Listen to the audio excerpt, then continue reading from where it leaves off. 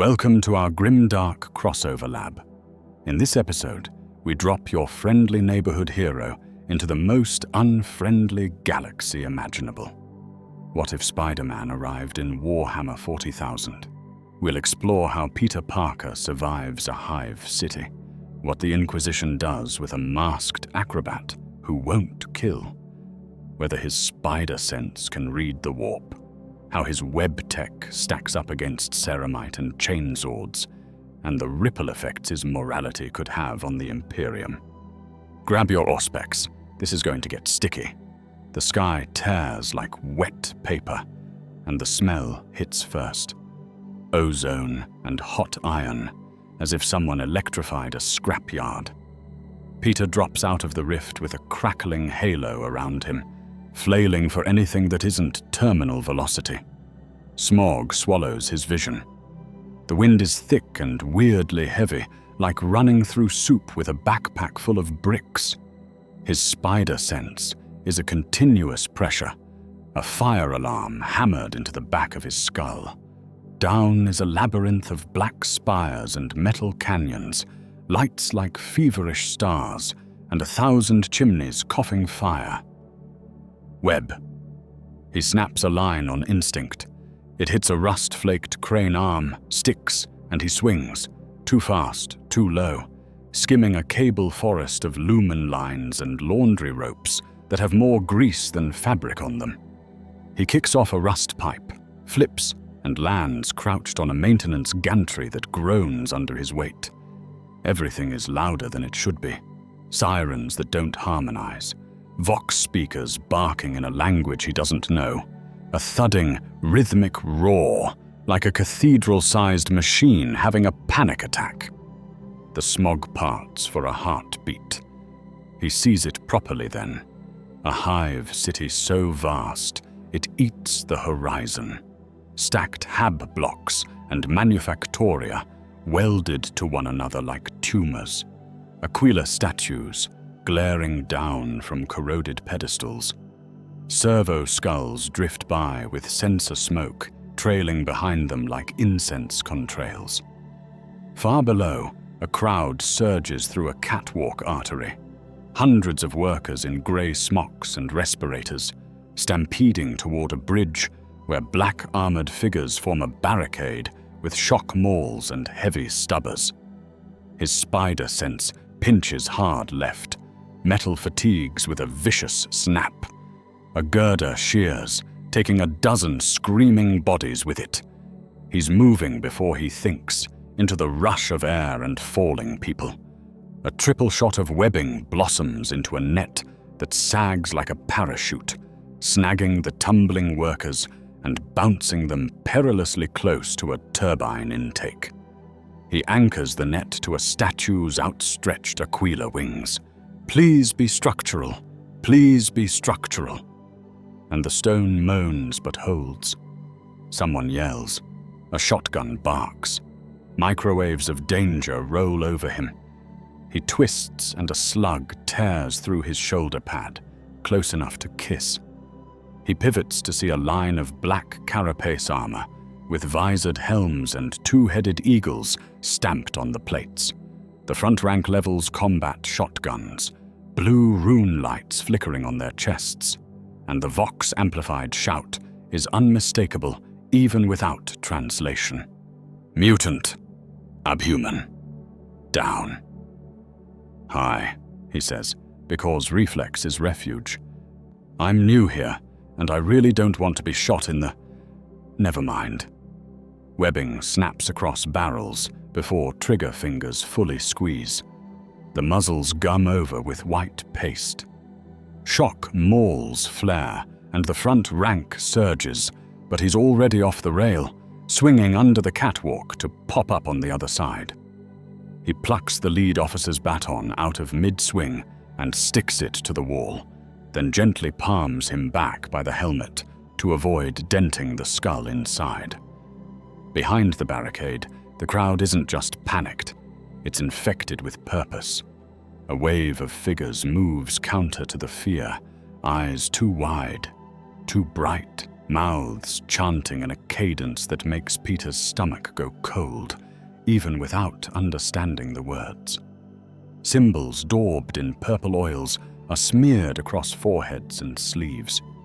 Some have extra fingers, extra joints, or an unsettling symmetry that feels wrong when he looks too long.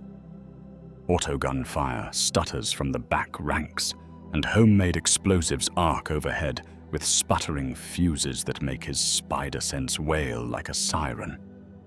He springs for the first grenade, snatches it, webs it to a rusted vent, and webs the vent shut for good measure. It bangs harmlessly behind a coughing of dust. A second grenade comes. He hooks it with a line, whips it up into the open maw of a smokestack, and the explosion chuffs upward like a dragon with a coughing fit. He lands in front of a trio of chanting cultists, webs their feet, their hands, their mouths in a single breath, and gently pivots them sideways to let the crowd flow around like water around a rock. He's trying to herd a stampede without hurting the cattle or the cowboys or the shooty ranch foreman. Classic Parker problem. The black armored line steadies, and Peter catches words over Vox. Adeptus Arbites, quarantine, level purge authorized, none of which are encouraging. The officer he disarmed points with 2 fingers and barks. 2 troopers drop to one knee and rack their guns. He webs the muzzles again with a sigh. "Guys, please." The mutant you're worried about is the one tossing flamey pineapples. Spider sense spikes. It's not a bullet. It's not heat or shrapnel or the crackle of a taser. It's the feeling of a subway train passing inches from his spine in an alley too narrow to breathe. He looks up, and something is above him, camouflaged as shadow, which is absurd because shadows don't have ribbed carapaces and smiles made of knitting needles. It flexes with a wet whisper and drops. He doesn't think. He moves. A bar of talons rakes where his head was a moment ago and chips sparks out of ceramite. He fires a fan of webbing into the thing's face, and it barely slows. Translucent slime hisses through the strands, as if the world had invented a species specifically to disrespect his favorite invention. The creature's eyes are too many, too patient, and its limbs are wrong in a way that says it was built for a different gravity. He goes low, slides between a scythe arm and a spine, and kicks both feet into its inner knee. It stumbles, digging talons into deck plating, and the entire catwalk trembles. The Arbites stumble back. Someone empties a magazine by reflex, and bullets chew the air around all of them, punching bright sparks from the beast's chitin without doing much else. "Stop shooting!" Peter yells, which is universal in any language, and no one listens. He throws web lines like he's threading a loom, cable to crane arm, crane to pillar, pillar to catwalk. He builds a funnel, a corridor that forces the crowd away from the fight and toward a side ramp. He yanks a valve wheel, and a gout of hissing water from a busted fire main floods the deck, washing away slick chem and blood, and extinguishing a cluster fire that had been nursing itself behind a broken vending kiosk. A child in a threadbare tunic, half swallowed by a respirator mask, clings to a railing and stares with eyes too big for any galaxy. Peter scoops the kid, tucks them beneath his arm, deposits them behind an Arbite's shield, and is gone before the officer can decide whether to thank him or club him. The monster, bigger than a rhino, springier than a tiger, lunges again. He rebounds, sticks, springs, keeps moving in 3 dimensions because meeting power head-on in a world of power is a bad bet. He goes for the eyes again, this time with a formula tweak. Thicker strands, microcrystalline silica whipped into the adhesive to resist caustics. The web hits, it bubbles, holds longer, and the creature hisses. He flicks a line to a dangling magnet crane, drags the control lever with a second web, and the magnet thumps down with a bone-deep clang that rattles his teeth. Ferrous scrap leaps skyward. Half the catwalk's loose detritus suddenly obsessed with upward mobility, and chunks of junk plate slap onto the monster's carapace. It isn't ironclad, but the drag matters. Autogun chatter from the rear of the crowd snaps, sharper now. Neophytes with miners' lamps and 2 steady hands take positions like they've done this before. Peter flits among them, elbows and palms and joint control, popping magazines with a web tug, gluing triggers in place, sealing boots to deck. He pulls punches until wrists howl. One of the shooters is 14 at most, or was before whatever this place does to childhood shortened the math. Peter webs the kid's hands to a rail and says, softer than the city deserves, "You don't want to do this," and leaves before he can see whether that's true in a world where wanting rarely matters. The Arbeits line cracks and reforms. A squad leader with a crest on her helm steps forward, a snarl finning her voice. She points past him, past the crowd, past the smoke. "Brood Lord!" The word carries a gravity that makes the air taste metallic. The thing he's been dancing with is not the apex. It is a herald. The Brood Lord emerges from a slashed-open ventilation duct the size of a freight train's throat, framed by lumen strobes that make it flicker like a bad idea. It is patient. It is quiet. Its eyes reflect him in thin slivers, 1,000 spiders splintered across a predatory mirror. The Brood Lord moves with the consequence of a falling building. Peter's spider sense condenses into a single point and screams. He sprints straight at it, and then straight off a handrail, rebounding off a gantry, using geometry to borrow momentum. He fires a line to the magnet crane, hauls, and turns himself into a pendulum with too much homework due. At the bottom of the swing, he releases and kicks both heels into the Brood Lord's temple ridge.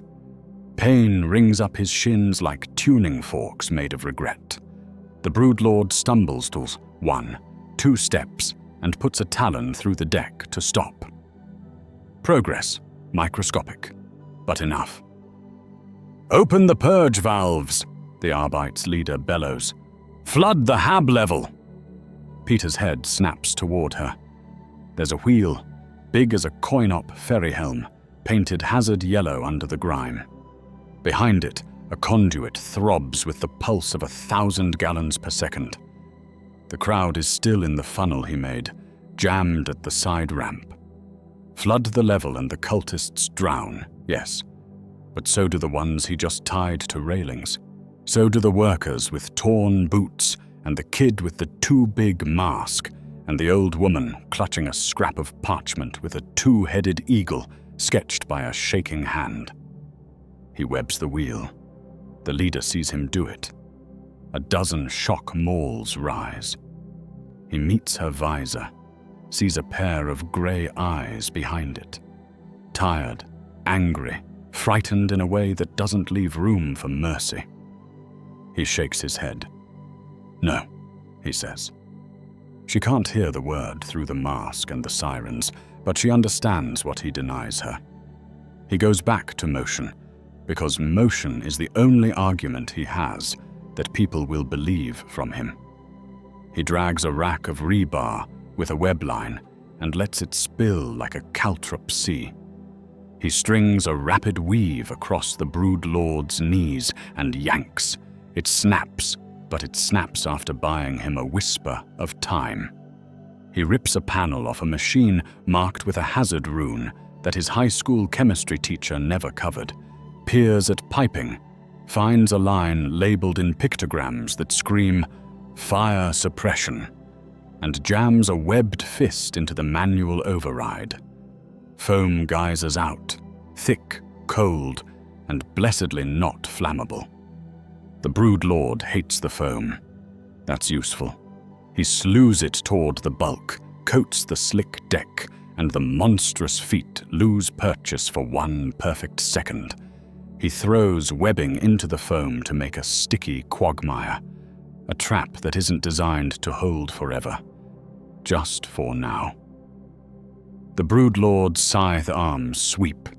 He leaps, twists, and one blade kisses his ribs with a whisper that writes a line of fire across his side. He clamps down on the urge to gasp, because breath is time and time is life, and there are too many lives on this floor to spend one on self-pity. A siren changes pitch. Not an alarm, an arrival. Heavy footfalls march in broken iron rhythm. Through the smoke strides a figure in a long coat, embossed rosette pinned at the collar, flanked by troopers in less municipal black. Peter doesn't have a word for the exact flavor of authority that walks like it owns death and rents tragedy by the acre, but the city does. Inquisitor.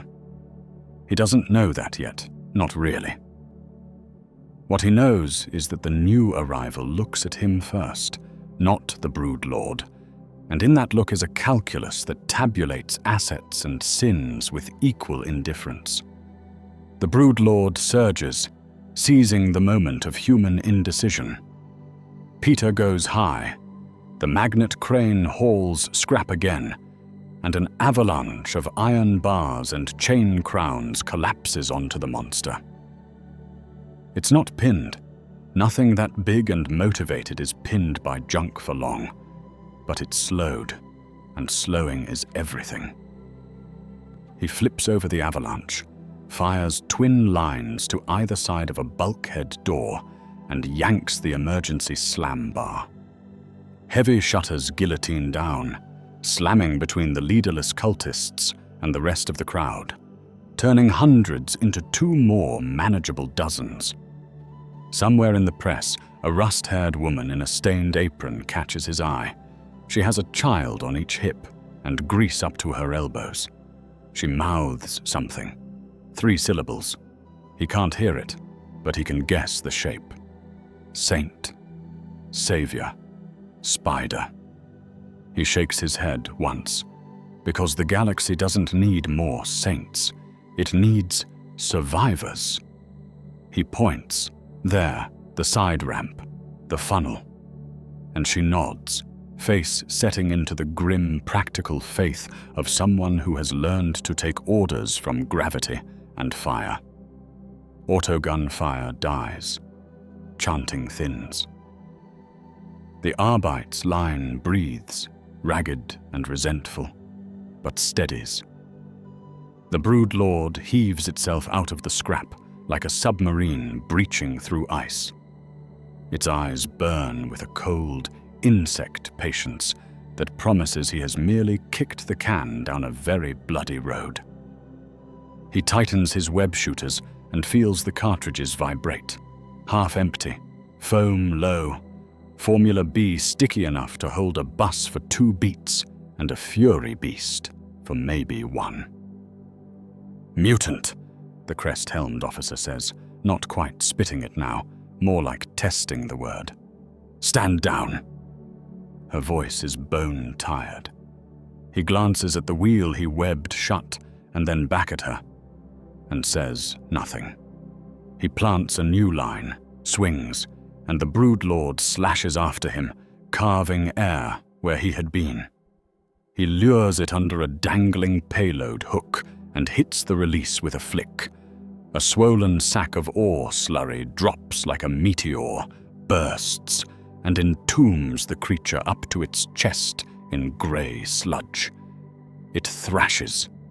He layers web over slurry, slurry over web, a makeshift sedimentary rock in fast forward. The Inquisitor doesn't shout.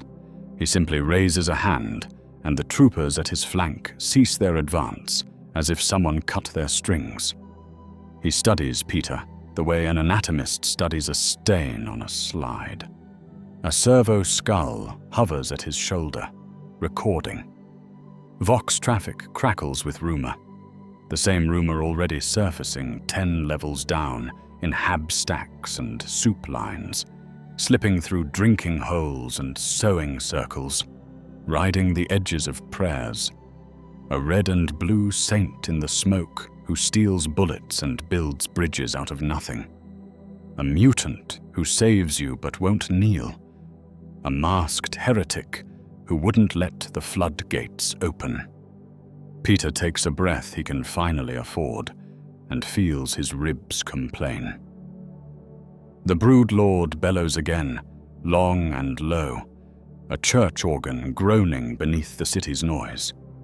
He looks at the crowd still flowing through his funnel, at the Arbites relearning how to hold a line without drowning the world to make the math work, at the man with the rosette who is already weighing him like an odd tool in a vast and terrible kit.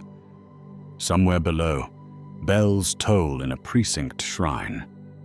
Somewhere above, sirens start up afresh.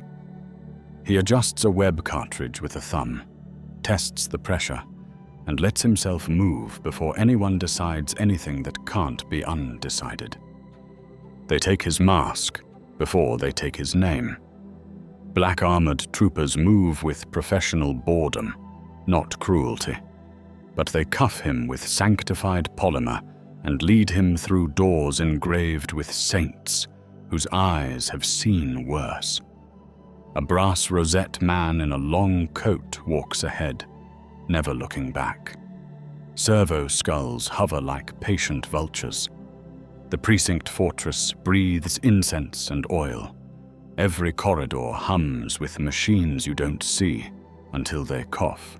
The cell is a geometry lesson disguised as a chapel. Hexagrammic wards spider across the floor in lead inlay. Candles gutter in cages because wax is messy and mess is impure. Air tastes like old iron and burnt scripture. When they shove him onto the chair, it doesn't feel like a chair. It feels like an oath you don't remember taking. "Remove the mask," says the man with the rosette, as if commenting on a stain that needs wiping. His voice is quiet and curiously gentle. The troopers don't move. Peter looks at the walls, at the sigils that pretend to be architecture, at the lenses in the corners. He knows this dance. Authority with a capital A, waiting to see how far your spine bends before it breaks. "I can't," he says. "Not because of you. Because of them." He tips his chin toward the servo skull's lens, and beyond it, the skyscraper city of 1 billion eyes. "I have people where I'm from." The mask keeps them safe. One of the troopers shifts, laugh like a cough. The rosette man lifts a hand, and the room remembers it has a volume knob. "I am Inquisitor Karst," he says, pinning Peter with a look so steady it's a chemical. "You will be examined. You will answer. If you are tainted, you will burn. If you are useful, you will serve. Your fabric affectation is irrelevant to me. Your soul is not." "Cool," Peter says. "I didn't bring my soul certificate. Can we circle back to the burning option and put a pin in it?" They don't laugh. They bring machines. A chirurgeon adept in red robes drifts in like a scolding curtain. Mechadendrites whisper as they unfold. Auspex paddles, syringes, a quill that flutters like an insect wanting to write his obituary. A Psychana witch with eyes milked over stands opposite, murmuring litanies into a mic that isn't connected to anything visible. Peter's spider sense squirms under the psycher's attention, like a cat forced into a sweater. Then a fourth presence arrives, and his sense doesn't squirm. It goes silent, like a radio cut to static. The woman is unremarkable in a way that is an event. Hair plain, face plain, expression plain, until she steps near, and the world forgets that danger exists. "Blank," the Inquisitor says, eyes on Peter, measuring the way his shoulders tighten against a sensation that isn't a sensation. Note the response. Peter swallows. Silence, where there should be a low band hum, warning him about everything from loose scaffolds to bad pizza. It's like cutting your own brake lines to see if you can coast to the bottom of the hill. "Don't love that," he mutters. 10 out of 10 for creep factor, 1 out of 10 for spa vibes. The psyker lays a palm near Peter's temple, not touching, fingertips ringing in the air. "No warp resonance," they murmur, voice the scrape of paper.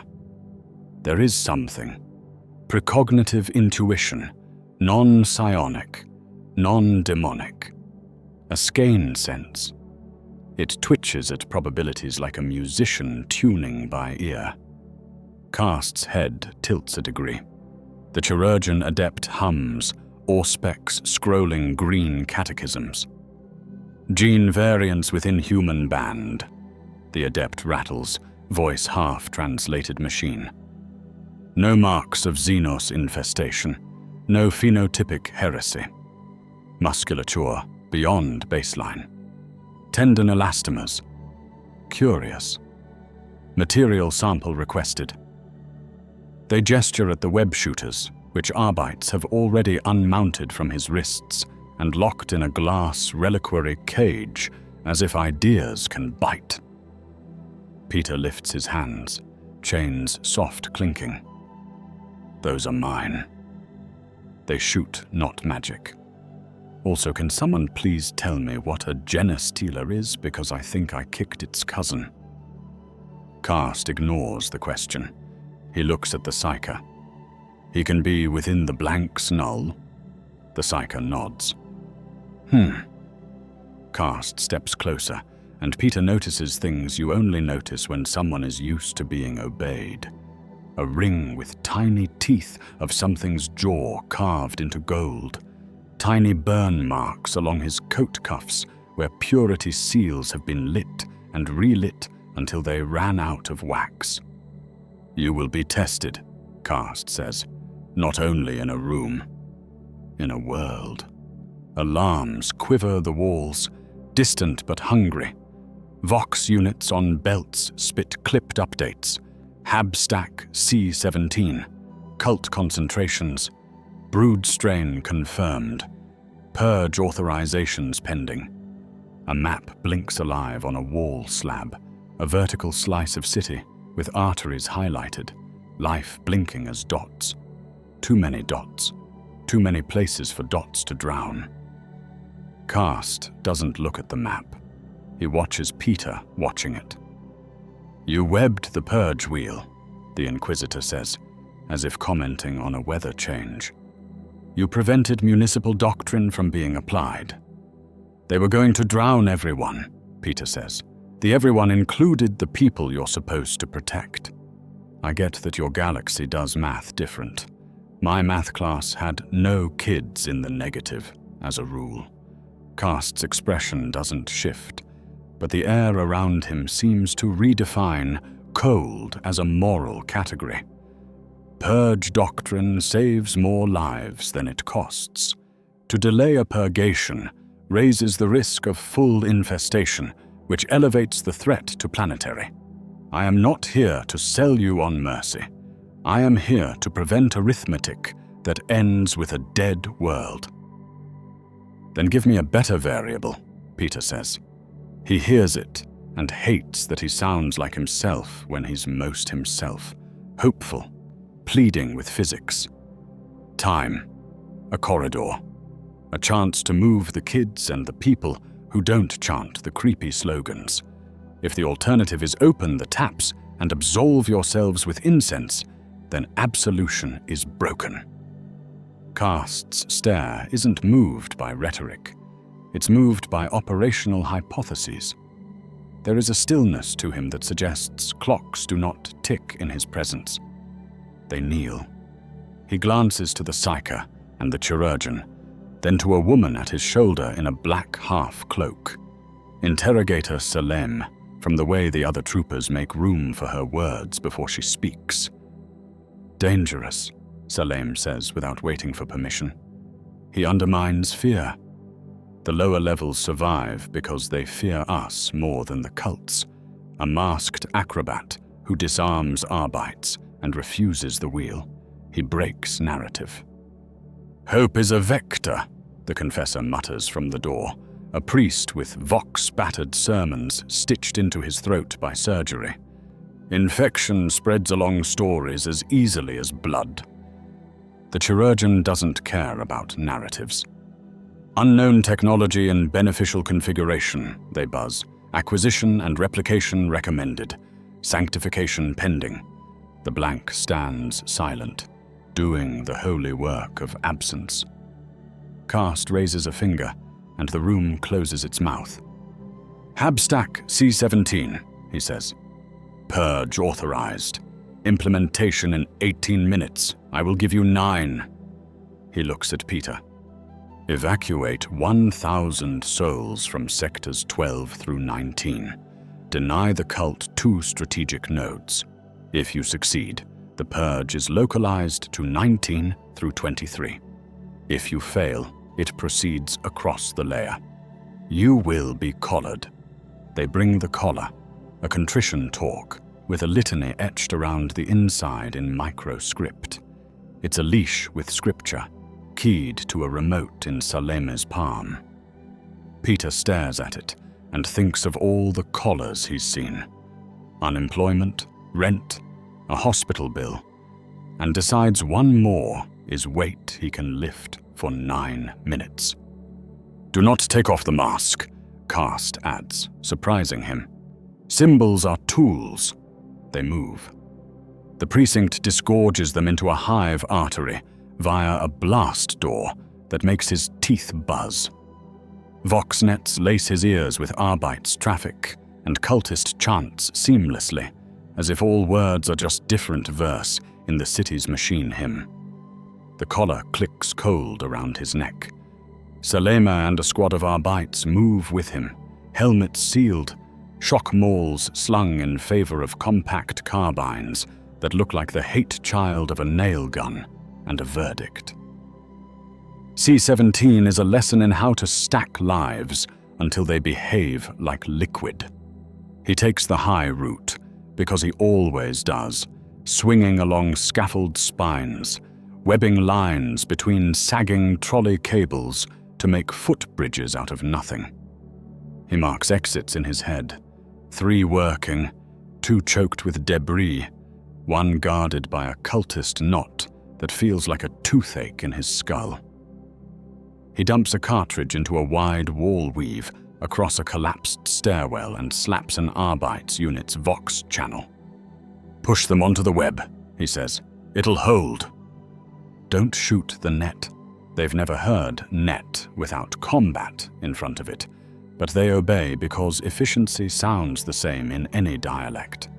Workers pour along the gummy lattice, shoes sticking and peeling with wet suction, disturbing but not deadly. The first kid screams, the second laughs because the first screamed, and then a wave of laughter rolls, because fear is a rhythm, and he snuck a blue note into it. He drops onto a platform where 8 cultists have barricaded a transit gate with rubbish welded by belief and poor welding. They're ready for bullets, not for a red-blue blur that glues hands to faces and elbows to railings. He takes the one with the detonator gently and removes the thumb from the trigger with a twist that would make a chiropractor faint. You can still stop, he says into old scars and new tattoos. Just stop. Web's turn. Move. Node 1 is a pump station that runs air and solvent into half the sector.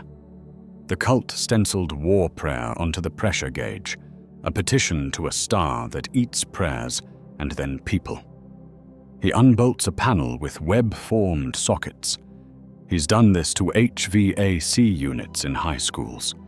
It's all duct, everywhere is duct, and reroutes feeds with foam plugs. He sets pressure to doesn't explode when someone panics, and locks the wheel with a net twist. 2 Arbites hold the door while workers shuffle past, eyes wide above rebreathers. Saleme watches him through polarization. 3 minutes, she says, voice flat. He nods without looking. Node 2 is a Vox relay, hacked by a cut-rate Magus to broadcast instructions in a cadence that slips under thinking. The chant makes his spine itch. His spider sense doesn't like words arranged with intent to thin the world. The relay's guard has extra joints in fingers and the glassy gaze of someone who found a god that answered. Peter webs the mouth first, so the shape of the chant can't finish, and then the hands, and then the relay itself. He pulls the panel and sees where the circuit is wrong, and makes it wrong in a different way. Static floods the channel with math he learned from a friend who loved numbers more than people. He injects noise tuned to scramble, chant cadence, and not speech. The relief in his skull is immediate, like taking your head out of a bell. 2 minutes, Saleme says. They turn a corner and walk into a decision. A clog of bodies presses against a gate, welded shut from the other side. Beyond the bars, the habway is clear, the light brighter. An Arbite's trooper raises a cutter and reaches for the weld. But the metal frame glows faintly, and the hairs on Peter's arms lift. Spider Sense says no in capital letters. It's a dead man's switch. He doesn't think. He webs the cutter shut and yanks the trooper back. Trap, he snaps. He swings up, upside down to look along the top lintel and sees the thing tucked like a cockroach, a promethium charge with a crude Auspex trigger. Open the gate, meet a firestorm. He doesn't have a bomb suit. He has web and math and a prayer to nobody. He wraps the charge in a cocoon of flame-retardant web, Formula C, foam-heavy, and layers cooling gel siphoned from the nearest broken fire line, shivering as it scalds his gloves, but keeps his bones. He spots the Auspex node and plastics it in white paste, then peels the trigger wire and grounds it to the frame with a thin filament. He exhales, slow. Okay, he says. Now cut. The trooper cuts. The world doesn't explode. Bodies sluice through the gap, and Saleme's hand eases on the torque remote by a degree Peter can't see, but can feel like a pressure drop. Vox. Purges in 5. Cast's voice, not raised. Cast never raises his voice. The world steps closer to hear him. Peter tests a cartridge. 1 left in the left shooter. 2/3 in the right. He has done worse with less. He runs a line to a hanging maintenance rail, rides it like a playground thing for which a city is not an adequate adult, and drops into a shrine chamber repurposed into a convert factory. Purple icons slathered across saints' faces. A magus at the altar, head bare, eyes too calm. Not the patriarch, that would be a nightmare with bones, but the mouth of it in a body that used to be a person. The magus turns as if Peter is late to his own execution. He lifts a hand and pressure curls the air. Not warp glow, not lightning, but gravity bending like a knee. Peter's spider sense howls. He throws himself sideways, and the space he was in knots up like a fist. Statues crack. A child screams from under a pew. He rolls, webbing at the magus's face. Miss. The air puckers, drags, tries to make him a new ornament. He fires at the ceiling instead, ripping banners down, crashing votive racks in a silver rain that makes noise louder than fear. He hits the Magus low, a tackle that would break a linebacker, and feels bones give under skin that doesn't want to be honest. "Purge in 3, Vox croons. He doesn't have time to preach. He doesn't have time to do more than make the Magus into a package, webs, pewwood, banner cloth, tie it all with a cable through an icon's eye, and hoist the bundle up out of reach like a piñata no one should ever open. He webs the shrine glyphs, lines, spirals, stars, because his sense flares when they're intact and softens when they're covered. He shoves a cabinet to open a crawl space, and the kids scamper as if they were born for it. Maybe they were. "Purge in 2. He jumps for the ceiling and rips down 3 more banners, not for aesthetics, but for smoke management. He yanks a vent grill, floods the chamber with air from the cleanest line he can find. Clean being a word that died here centuries ago. And webs baffles to turn the flow into a draft that will pull flame away from the bodies if flame comes. He drops a line to the floor, scoops up an old man with a rosary knotted around 3 fingers and a prayer for someone who is not coming, and hauls him up to the crawl space. The Magus groans overhead, cocoon bumping the icon with a sound like someone knocking from the wrong side of a door. "Purge in 1. He slams onto a walkway and sprints. The collar buzzes, a warning that Salem will make him a cautionary tale if he breaks the leash.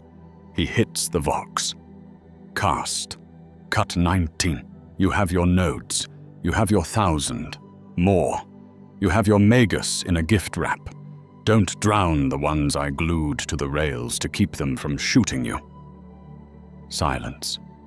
Noise. The chorus of a city wanting to decide and afraid of decisions. Saleme's finger tense on a trigger he can't see.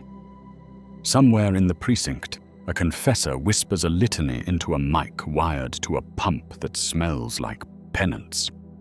The purge siren hiccups. It doesn't stop.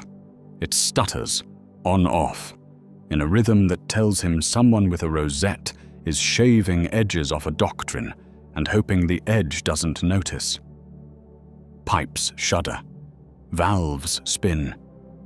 A river that wanted to be a sea becomes 3 narrow streams. Sector 21 floods. 19 hisses, spits, then wheezes like an old man spared the worst of the drowning. Foam burps from vents he clogged with web. The mixture is wrong for full suppression, but right enough to keep flame from finding purchase where people still cling. He stands in the half-light of almost doom and breathes. The collar bites as if reminding him that if he allows himself the sin of relief, someone will teach him new sins. Saleme steps up beside him, visor still down. "Karst says you bought minutes," she says. It's almost a compliment. He does not sell them cheaply. "Good," Peter says, leaning on a rail that leaves a line of grime across his suit. "I pay in stubbornness." They pick their way back to the precinct, along routes Peter has made where there were none. Web ladders over drops, sticky ramps over stairs that died, a zipline improvised from a crane cable, and a prayer that the knot holds. Workers cling to the lines like pearls on string, moving toward triage tents and grim-faced medici who don't care what you worship if you bleed the same color. In the chamber with the hexagrammic wards, the candles have been replaced. Wax remembers flames as little cups of light. Karst stands with his hands behind his back, looking at the map slab. Sector 19 blinks amber instead of the red of doctrine fulfilled. Sector 21 is a wound of black. The Magus cocoon hangs in a containment cage like a prize no one wants to claim.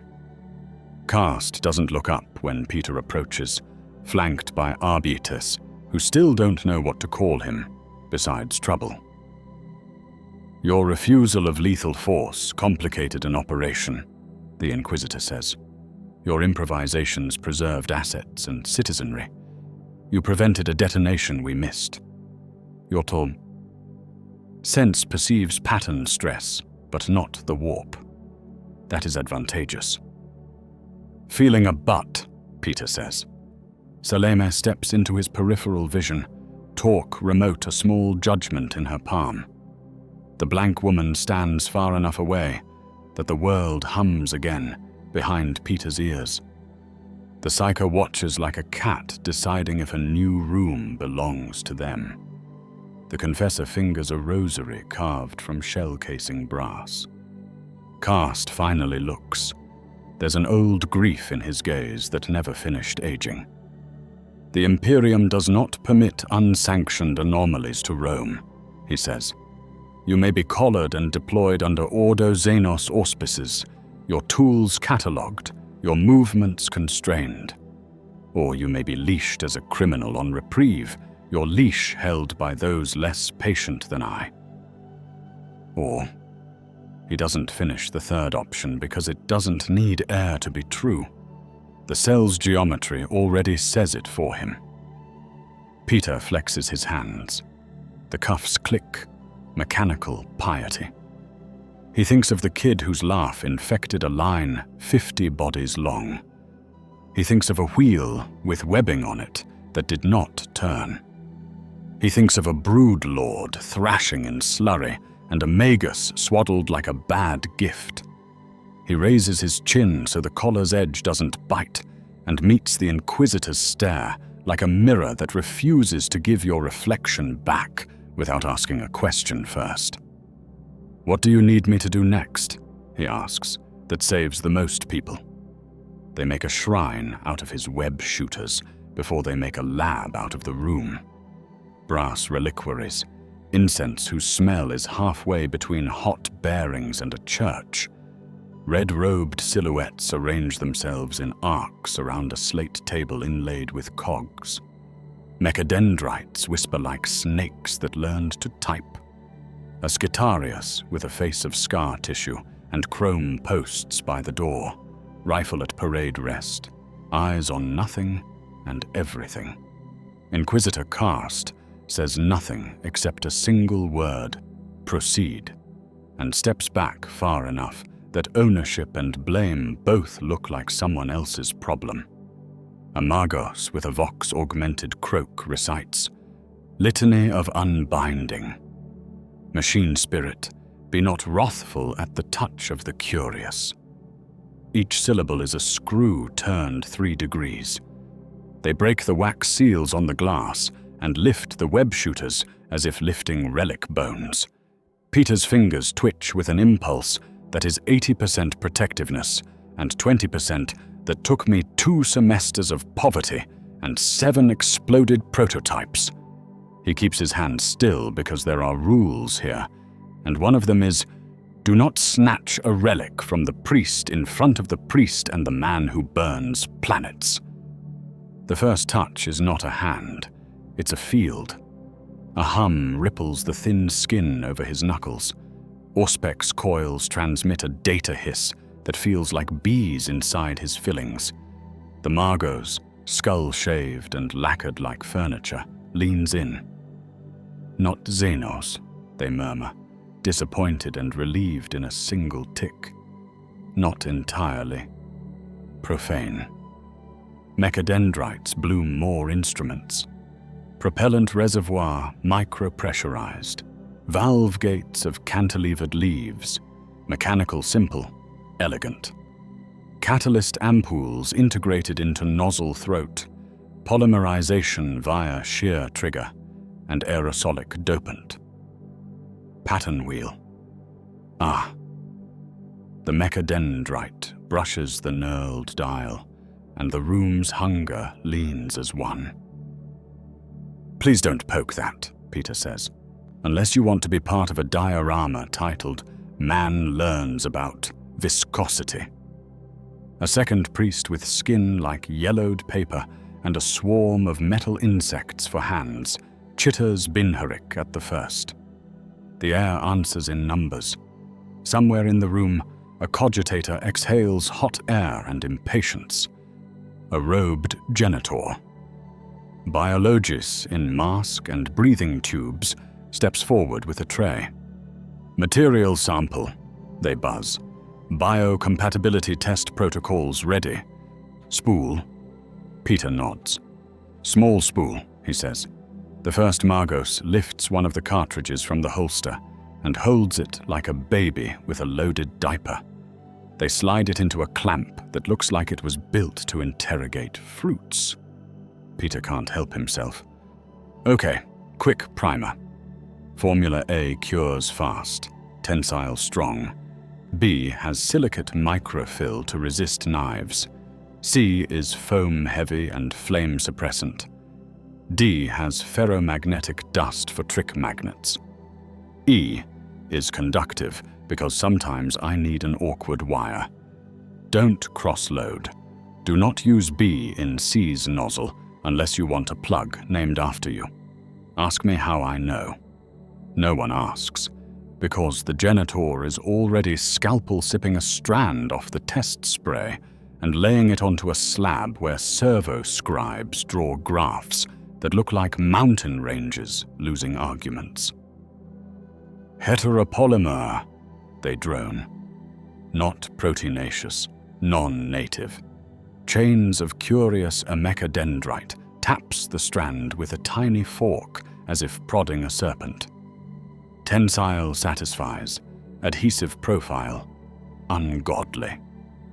A tech priest Enginseer hovers at the edge, less ornamented than the Margos, but wearing the expression of someone who just found a torque wrench that sings hymns.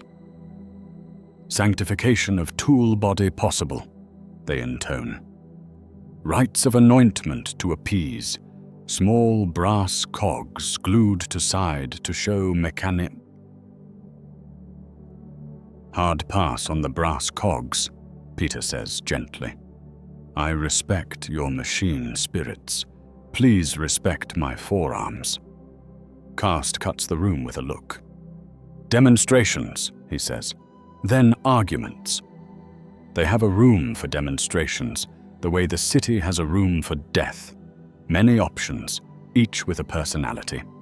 Someone has repurposed a manufactorum training deck with glass walls thick enough to make sound crawl. Litanies are stenciled on the girders. Do not grieve the machine. It grieves itself.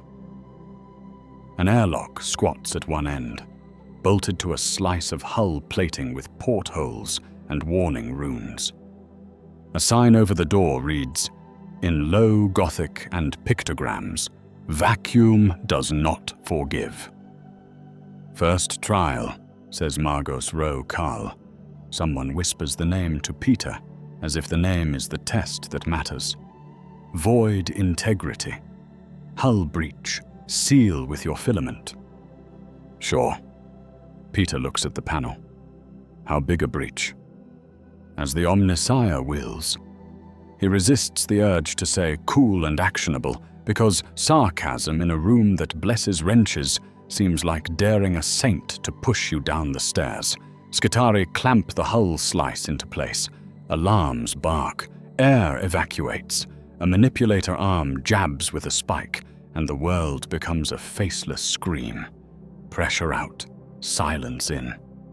Frost blooms at the breach like a white flower that kills its gardener. The janitor watches a gauge.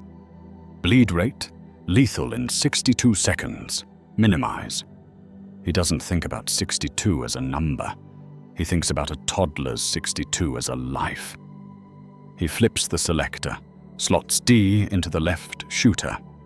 Ferromagnetic fill to let him anchor the patch with the magnet crane if he must, and C into the right, foam rich for volume. He sprints into the airlock, boot magnets thumping as the hum bites his arches.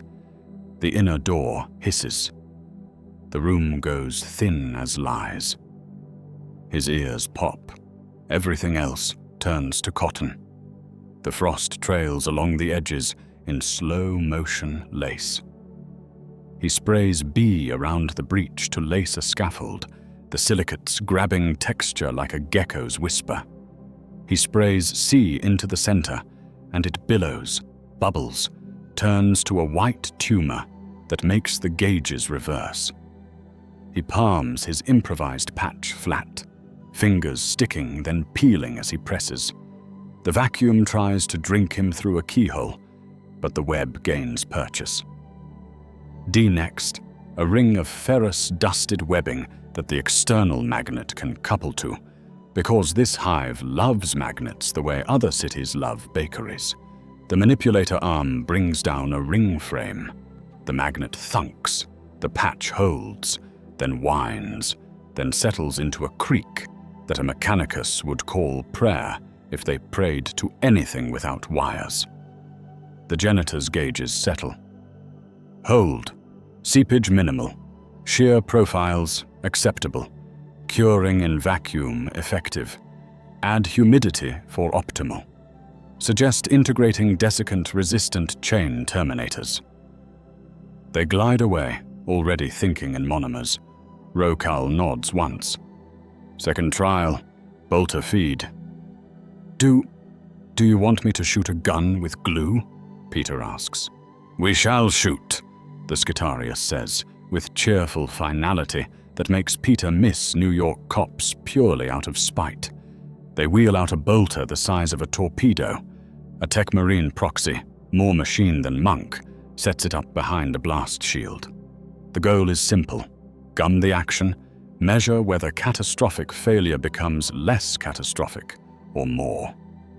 He hates this test because he hates words like catastrophic in non-fiction contexts. But he hooks a web to the ejection port and lays a thick bead around the feed ramp. Safety first, he mutters, and the Skitarius looks at him like he invented a new word. Fire, says Rokal. The first shot cracks like the forged Titanic sneezing. The ejection port hiccups. The second round tries to chamber through glue and can't decide whether to be born or explode. The Tech Marine slaps a ritual switch with the calm of someone who has the liturgy for fingers in wrong places memorized. The bolter coughs, chokes, stops. Smoke drifts, greasy. The mechanicus cluster the way vultures cluster around a heat map. Mitigated runaway, a junior priest chirps. Filament shear created controlled jam. Potential non-lethal disablement of enemy arms. Documented. Also potential blowback, Peter says, pointing to the cracked casing where overpressure wanted to become a warning label. Don't try this on a relic you want to have grandkids. Relics do not breed, the engine seer says, scandalized. Buddy, you've never seen a storeroom that just makes more stuff when the quartermaster isn't looking. They bring an Ogrin next, not a test puppet, a person the size of a small, tragic building, with the open confusion of a child in a parade that wasn't for them. Convict auxilia, Seleme says at Peter's shoulder. Willing or not, he's strong enough to pull a door off a transport. Peter looks at the Ogrin, at the scars that say he's been both willing and not often enough to make the line meaningless. Hey, Peter says, giving the big man his palms the way you do with dogs and gods. We're going to hug, okay? A lot. Then it will be finished. The Ogrin blinks, slow, and nods as if finished and hug belong in the same cupboard. The Ogrin charges when the whistle blows because the whistle says he should. Peter skates left, webs ankle to ankle with a crossing pattern he made up in a parking garage the night a guy stole a cello. The Ogrin stumbles, grabs for him, and gets a bundle of web instead. Peter lays a triple ribbon, torso, elbows, wrists, then a cap over the shoulders he calls the sleeping bag, because branding helps muscle memory. The Ogrin bellows, thrashes, finds that kindness won't tear, and slowly, carefully rolls to his side, because he has learned what to do when the world ties you down. Peter kneels and talks in a low voice until the bellow becomes breath. "Done," he says. "Done." The Ogrin, bewildered but not bruised, nods again. Karst watches this, the way a man watches the weather that will ruin or save a harvest. "Flame," says Rokal, with regret he doesn't bother hiding. A robed acolyte in a hazard hood steps forward with a flamer spitting a thin promethium tongue. Peter backs up on instinct. The Ogrin mumbles. 2 Skitarii step in with heat shields. This is a test, not a murder. The flamer kisses a sample web rigged on a frame, not the tied man. Fire walks along the white lines and eats them like sugar. Foam sea extinguishes its own edges, guttering, buying seconds. Vulnerable, someone notes, as if vulnerability were an exotic spice. Ceramite dust admixture? Another priest. Nozzle clogging risk. Agglomeration. Peter tips his head. Cyclone swirl insert, he suggests, drawing a spiral in the dust at his feet. Keep heavy particulates in suspension before the throat. You'll lose a hair on pressure. You'll gain flow. Rokal stares at the spiral until it belongs to him. Chain teeth, says Salome, more a grim curiosity than a challenge. A servitor drags out a chain-sword bench rig, clamped, teeth oiled, catechized. Peter throws B in thick coils around the blade. The chain bites immediately, shreds strands, gums, then seizes with a shriek that goes through the bones. The motor smokes. The teeth tear free in a hail of little sickles. A tech adept clucks in delight and horror. Stall torque overcame. Adhesive sacrificial layer. Application window. 1.7 seconds. Then fire. Noted. They don't say good job here. They say noted like it's a medal. He earns a gift he didn't ask for because the Mechanicus do not let a trick pass through their fingers without hanging weights from it. Rokal brings him to a work bay whose walls are scraped by centuries of bad guesses. They roll out something that hums in a way that smells like gravity. Climb harness, the Margot says. Mag adhesion for ferrous surfaces. For operatives without your peculiarities. Peter squints at the harness.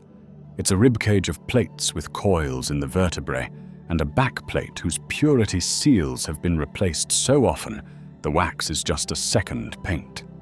He slips it on and nearly tips over when it clicks to on, because suddenly everything metal loves him a lot.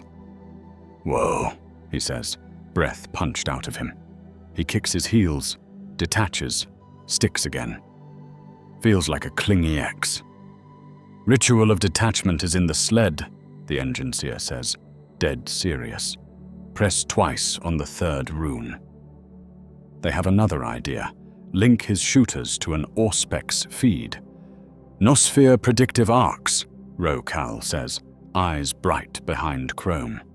Pre-solve trajectory. Your sense plus machine sense equals inevitability. Air-gapped, Peter says instantly. The priests tilt their heads in predatory unison. Last time I plugged my stuff into a strange network, a toaster tried to sell me stocks and also eat my neighbor. Stock? The engine seer asks, making a note as if to bless this unfamiliar relic. They compromise into a sensor on a wire that isn't a wire so much as a promise. A small box with lenses and a LiDAR ping, slaved to his pattern dial with a single hard line. No radio, no prayer to the cloud. He tests it on a moving target, a training drone with a foam spear. The box chirps a tone. His dial clicks on its own, as if a ghost had hands. His web fires in a latticed cone that eats the drone mid-flight and glues it to a pillar. The room's temperature rises a few degrees, with priestly satisfaction. "Omnipattern," someone whispers. "Blessed." They start suggesting brass cogs again. He holds firm. Politics arrive in the room like entropy, inevitable, unkind, in love with corners. A junior Margos from another forge enclave turns up flanked by scribes holding scrolls that smell like the inside of old helmets. "Standard template constructor fragment," she asserts, after looking at the shooters for exactly as long as it takes to recognize something valuable and make it hers. "Submit for archiving." Sanctify. Replicate. Cast's head turns. Saleme's thumb rests lightly on the talk remote because the fastest way to replicate a problem is to make it someone else's corpse. Peter keeps his voice light because the air has become brittle glass. "Not a fragment," he says. "Handmade. Stolen watch springs and sad nights and a very good teacher who told me friction is a lifestyle choice." He taps the housing. Happy to share. Not happy to have someone else drive. Rokal surprises him by siding with him. "Field artisanry," they say, and the way they say artisanry almost sounds like heresy, but not quite. "Blessed improvisation. Do not bind with dogma until we have learned its song." The junior's mouth thins. Papers rustle like rodents scuttling. "Heretical risk," she presses. "Unauthorized mechanisms. Improper rites." "Improper rites kept your hull from becoming a sky-blooded prayer," Saleme says, and Peter files away that the interrogator can draw a knife with her voice when she wants. Karst says nothing. The blank woman stands in the corner, and the world recedes from her, as if the city were water and she were oil. The priests glance away from her, the way sailors glance away from holes in the sea. He spends 3 days inside that forge without sleeping properly. Upgrades happen in increments because everything here costs a piece of something. A favor, a sliver of pride, a sigh no one meant to let out. He learns to reload his cartridges with Mechanicus flasks, heavy glass vials cradled in wax, cradled in prayers. Each refill comes with a hand-hammered label and a tiny stamped cog he keeps not because he believes, but because it makes the red-robed ones relax a fraction. He adds an inline cyclone swirl to the bee nozzle and watches a priest light a candle to it unironically. He reprograms his pattern wheel with proper names because the engine seer insists a thing without a name will sulk. "Crash net," he writes on one, "capillary seal, sheer ribbons, bolas, quench blanket, suture." Then the test room becomes a room that isn't a test. A warning siren drops 2 tones and then goes off-key. An overhead light turns the color of old bruises. Vox squawks become language. Dock 6. Pressure anomaly. Void breach expanding. The Skitarii are already running. Rokal moves faster than a man their age, and metal should, robes coiling like smoke. Karst glides, which is the only verb he knows. Dock 6 is too large for a room and too small for a disaster. A shuttle kisses the wrong angle and bites a chunk of hull plate out the size of despair. Atmosphere tries to quit.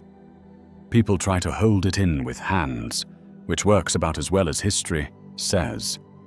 The emergency shutters chew downward, stall, grind. Scrap code flickers on a panel, a litany turned inside out. "Heresy in the machine," someone whispers, because in this world, every broken thing is a sermon. Peter doesn't wait for permission, because permission talks too slow. Harness on, magnets hum.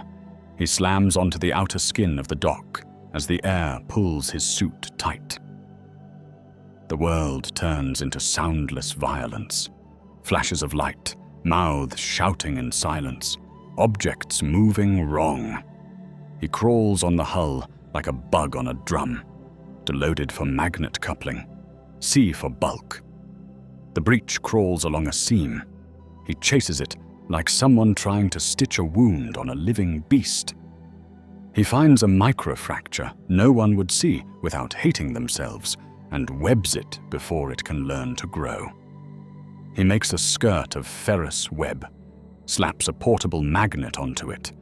An engine seer fumes a prayer and hits a rune, and the patch kisses down under a pressure no rational adhesive should forgive. It forgives anyway, because he knows where to put his hands. Inside, through glass thick as an oath, he sees a woman pinned under a crate and a boy trying to lift it with a belief that doesn't know latency. He can't go to them. He can keep the air from choosing them last. He finishes the ring, layers foam, watches the pressure gauges stop diving like bad stocks in a worse economy. Someone inside slaps a hand against the glass. He puts his palm to the same spot without thinking, like they could anchor each other through a ship. When the shutters finally slam, the sound comes back like a returning tide. He staggers in the harness. A Skitarius catches him without words. Rokal doesn't say good. They say noted, and then sanctify that pattern. Name it. He writes dock stitch into the wheel with a stub of wax because even he isn't immune to ritual after a day like this. Not everything he learns is a victory lap. He discovers the hard edges of his magic tricks. Promethium eats unblessed web like candy. Melter heat doesn't eat. It erases. Chain teeth shred unless you wrap the blade before it spins. Scrap code can make a machine think a glue nozzle is a sermon, which leads to a catastrophic over-extrude that glues his own wrist to a bench until a laughing engine seer, laughing, pries him free with a crowbar and a litany that is 90% swear words in lingua technis. He learns to recite the layperson's rite of appeasement before touching certain valves because priests breathe easier when their world sounds like they expect.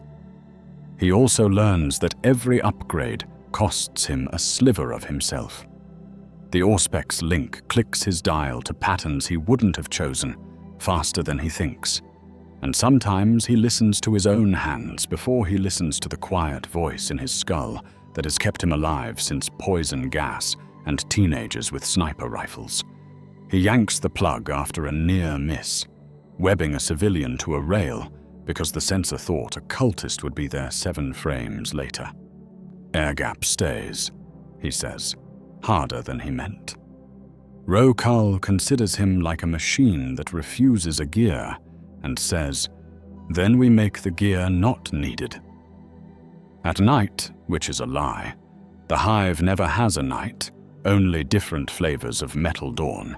He sits with the genitor biologist Zevra, the name shows up, in his head because she said it like a concession in a long negotiation. And they talk chains. She asks about his solvent system. He asks about theirs. She sketches a comb polymer with quenching side chains and an anchor group that would love ceramite. He sketches a flow field of nanoparticulate silica that won't clump if he sings to it like so. They don't sing, but the scrape of a on slate sounds like someone trying. On the 3rd day, the junior Margos comes back with a servitor that shouldn't be able to smuggle anything. It's a shrine on legs with a smiling saint whose eyes follow you like a dog. The saint is hollow. The hollow is full of whispering ones and zeros. Scrap code crawls out of the reliquary like roaches. The Auspex stutters. A cogitator coughs blood that's made of numbers and bad intentions. Peter's spider sense spikes so hard he can taste copper. He snaps a web between two consoles and trips the servitor onto its face like a drunk saint. Rokal's mechadendrites unfurl into knives. The junior Margos' scribes go very still. Karst's hand happens to be on his pistol, like a coincidence that trained for this exact moment. Heretic, Saleme says. The word is an executioner's axe saying hello. The junior's mouth opens, closes. Test, she tries. It is the wrong word in the wrong room. Rokal's vox becomes a storm. Expunge! They roars, not at the woman, but at the code. A choir of priests intones a counter-liturgy that is math with teeth. The cogitator purges. The smell is like hair and ozone. The junior drops to her knees out of piety, fear, or both. Karst looks past her to Peter and gives him a fractional nod that says, "You were the censor today, not the machine." When Peter leaves, he's wearing the same mask and the same ethics and more weight. The harness hums at his back, tuned so it doesn't fight his wall crawl unless he asks it to. The pattern wheel whispers when he turns it, tiny detents that tell him he now carries more kinds of choices than he did before. A thin cable runs from an Auspex lump on his bracer to a grommet on the dial, unpluggable in a jerk if he feels the weight of the machine's opinion crowding his own. Skitarii nod as he passes. Enginseers mutter small prayers and hand him vials with labels like Seafoam Rev 2 and Basilicate Swirl. Genitor Zevra presses a slate into his palm with a recipe on it that will make his web behave like a bandage in the presence of certain battlefield toxins. "Do not let the politicals see that," she whispers, eyes crinkling in what might be her version of a smile. "They will call it mercy and ban it." Karst stands at the threshold, the precinct and the forge sharing a door because religion and police are neighbors here.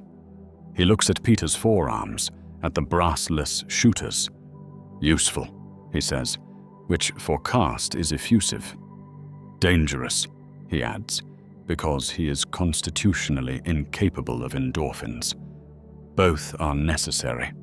Peter looks past him, down into the hive's throat, where workers move like blood and machines like bones.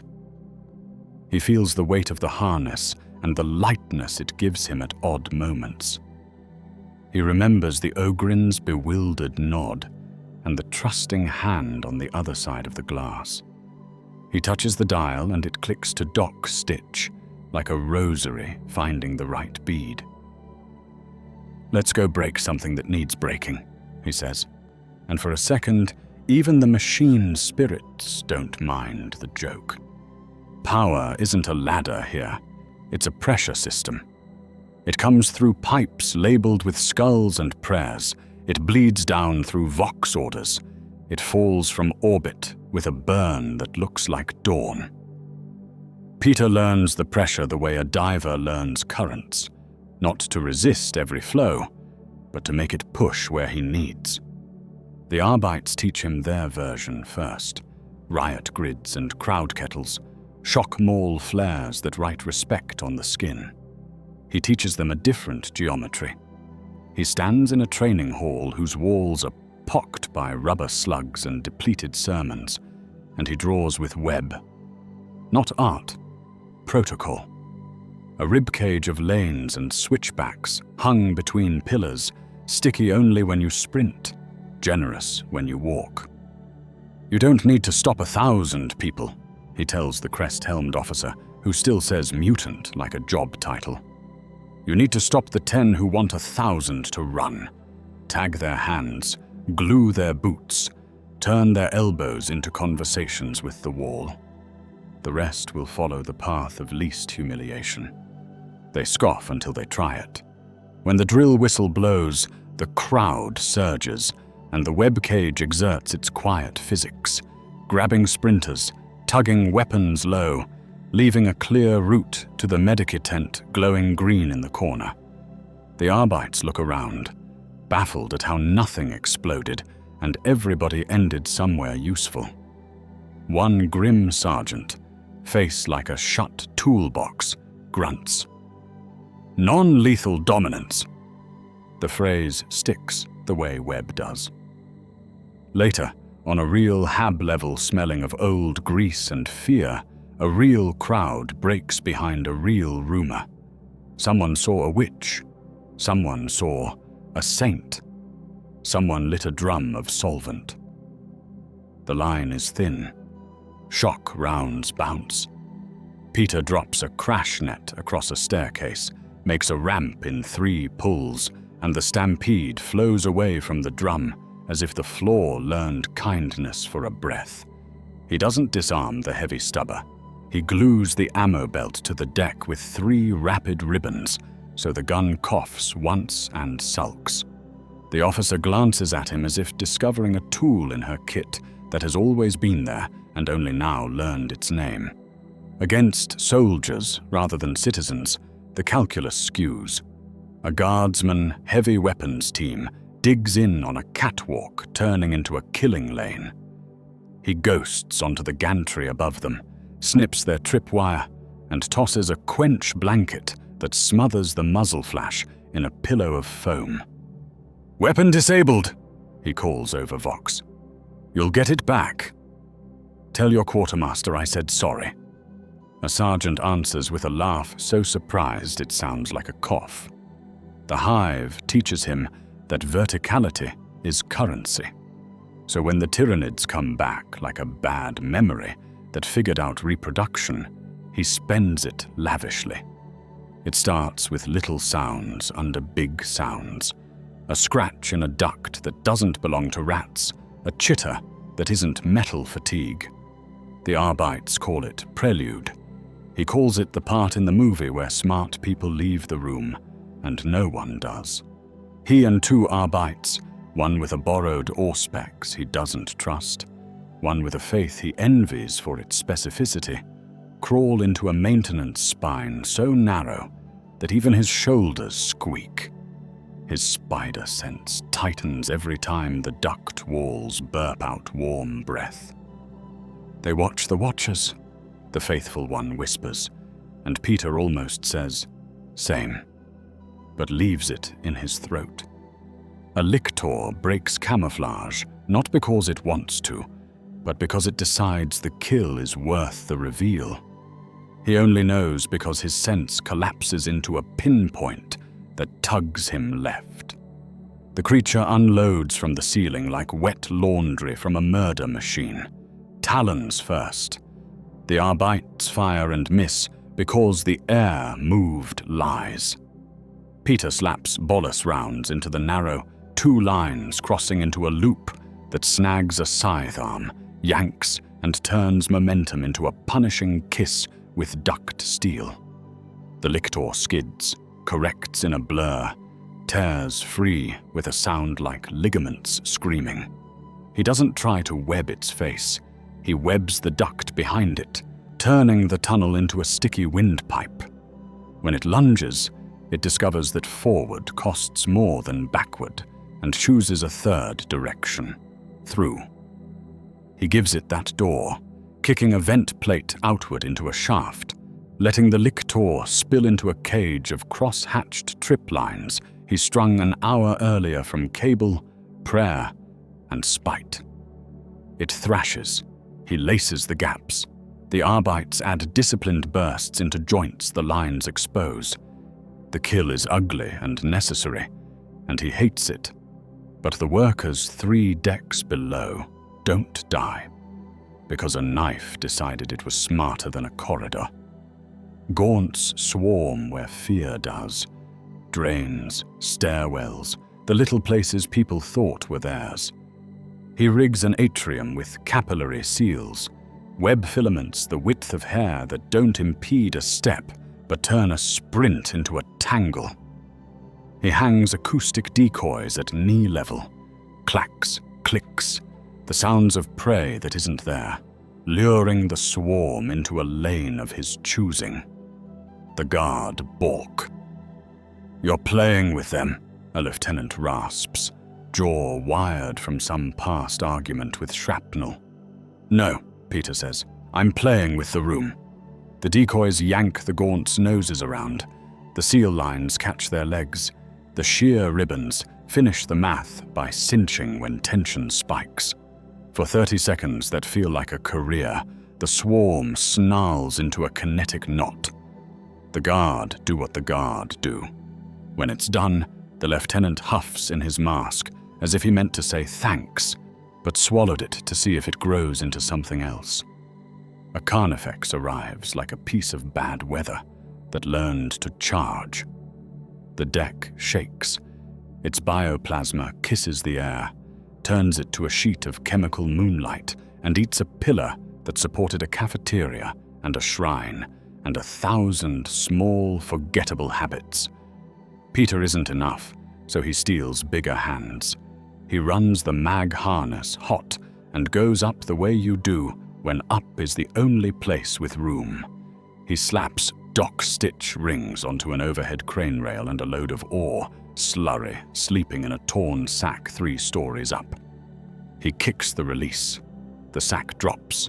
The Carnifex roars, dons a concrete coat, and learns about friction. He layers web into the slurry, silicate-rich B, then D to give the magnet crane purchase, and drags the beast 6 meters sideways into a wall studded with rebar like teeth. That buys the sergeant with the melter team 7 steps, which buys the melter a clean shot, which buys the city a column that still exists. He does not watch the end. He pulls 2 people out from under a serving counter that tried to be a coffin and finds his hands shaking. The Arbites never shake. He's still working on that. Chaos doesn't arrive. It reveals it was already here. The first sign isn't a demon. It's a whisper in rhythm. Not words, intervals. A sigh echo rides the vox, a metronome that knows your heart's worst habit. His spider sense hates it the way a tooth hates cold. He and the psyker from the tests, eyes like winter glass, voice like sand, follow the syncopation into a transit hub turned chapel turned laboratory. The chalk on the floor makes a pattern that would be pretty if it weren't pointed at a hole in the world. The magus overseeing it has hands that move like the pattern taught them to. Peter doesn't fight the man. He fights the lines. He claps conductive webs across the sigils that matter, bridges the pentacles into hexes, shorts the spiral into a sad circle, ties candles together so the wax burns wrong. The psyker's murmured warding turns from effort into relief the moment copper touches symbol. The magus shrieks something that tastes like metal to hear. Peter answers by yanking down a banner that thinks it's a veil and finds the hinge that lets a hidden altar tilt into a drain. He drops the ritual paraphernalia into a quench blanket, sealing embers and intent alike. The magus tries to hold the failing lattice with will and gets a nosebleed that writes his god's answer in red on a face suddenly too human to hate properly. Not every cult is tidy. A Nurgle bloom eats a hab corridor in an hour, turning concrete into sponge and lungs into wet paper. The medici pray for more masks than the hab ever had. Peter prints a bad idea into good air. He webs over door frames with suture patterns and lays a sheet of sea foam across like a translucent curtain, then laces E through to ground it to the hab's iron bones. Air forced through the web curtain slows, sheds filth into the sticky matrix, and exits a hair cleaner. "It's not a purifier," he warns, voice doubled by his respirator. It's a delay. The Medici bless the delay, as if it were a saint. He stays in the corridor long enough to glue one too brave grandfather to a chair, so he stops taking his mask off to argue about superstition. Then comes a sorcerer of Tzinch, with the calm of someone whose ego has tenure. He's wrapped in feathers and lacquered over with intent, beak mask turned toward a sky fully indoors. He doesn't throw fire. He throws unlikeness. The stairs want to be sideways. The floor wants to be a mirror. Bullets want to be flowers, briefly, and then are bullets again because reality gets tired. Peter's spider sense goes from machine to animal, from clean tone to ragged hiss. It still points, right, left, down. But it points like a drunk cardinal praying for north. He fails forward. He won't win a contest of wills, so he changes what will can act upon. Conductive web arcs across a mural of glyphs, making their meaning into a short, hot sigh. He throws quench blanket into a brazier, burning something that bleeds color, smothering it with the rude physics of foam. The sorcerer laughs. Illusions blossom and die against a field of E-strands that map the room in a quick, dirty Faraday cage. The psyker at his shoulder staggers, then straightens and sings a counter hymn with her whole life in it. The sorcerer tries to turn the stairs into a snake again. Peter nails the stair treads to the risers with 6 sutures because carpentry is a kind of exorcism if you do it fast enough. When the sorcerer finally hurls an honest bolt of warp flame, the blank steps into the room without stepping. Absence takes a step, and the fire decides it never existed.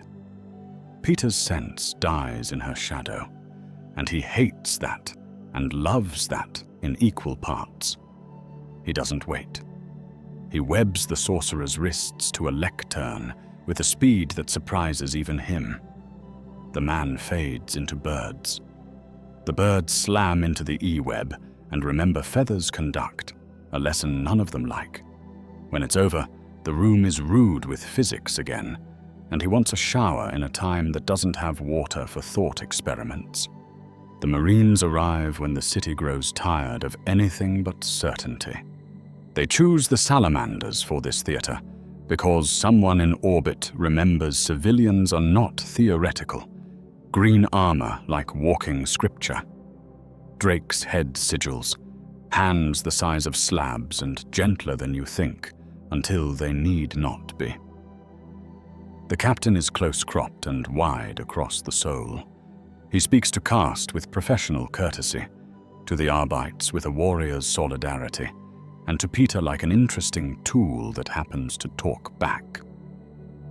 "Speed is a hammer if you swing it right," the captain says, watching Peter test a line between a Manufactorum smokestack and an Aquila statue that hates being repurposed. "You will pull. We will strike. Keep the path clean." His name is Kadai, and he says, "We will strike," the way other men say, "We will breathe." They make a street into a plan. Peter lays capillary seals across alleys, so retreat is possible but pursuit is sloppy. He tags frag grenades he finds with tiny balls of B so they won't roll, just in case one finds its way into the wrong hand. He puts bolus on lampposts, coiled and ready. He rigs a tram cable low enough to be a tripline for a runaway walker, high enough that a child will duck under it by instinct. The salamanders do not ask what each line is. They take the street's new grammar on faith. The cultists think they own the block because they own the elevation and the angles. Then a marine with an eviscerator walks the length of a barricade as if it is a question he studied for, and the barricade's answer is, "I regret my nail composition." Peter disarms a heavy stubber by gluing the feeder's hand to the receiver with a snap. The salamander steps in behind his act, and batters the gun aside with a backhand that would break a door and leaves a man with a choice and his hands mostly intact. Kadai moves like a verdict with a heart. When a traitor Astartes shows a noise marine whose gun sounds like surgery on a cathedral, Peter's sense lights up like a burn. The sonic wash scrambles his balance and insults his teeth. He can't web the weapon. The vibration eats the lattice. He can change the room. He throws E in long ropes to ground the worst of the shudder into the manufactorum frame. He drops from the ceiling onto the marine's backpack, slaps D around intake vents, and lets the mag harness yank him off like a fishhook connected to a crane. The noise marine staggers a single step, that's all, and Kadai's thunderhammer turns the air into an argument that ends in sparks. Peter buys a heartbeat. The captain buys the rest. They work like that for an hour, the web and the fire, soft hands and the hammer. In quiet moments that are not quiet, they spar, not to settle anything, to measure friction. Kadai holds a chain sword with the reverence of a carpenter for good teeth. Peter lets him start the motor because it's polite to let the other guy announce his intentions in this culture. The sword bites empty air where Peter was. His web throws the little sacrificial layer Ro-Kal loved. The teeth gum. The engine growls. Kadai yanks and smiles in a way that shows respect without changing the outcome.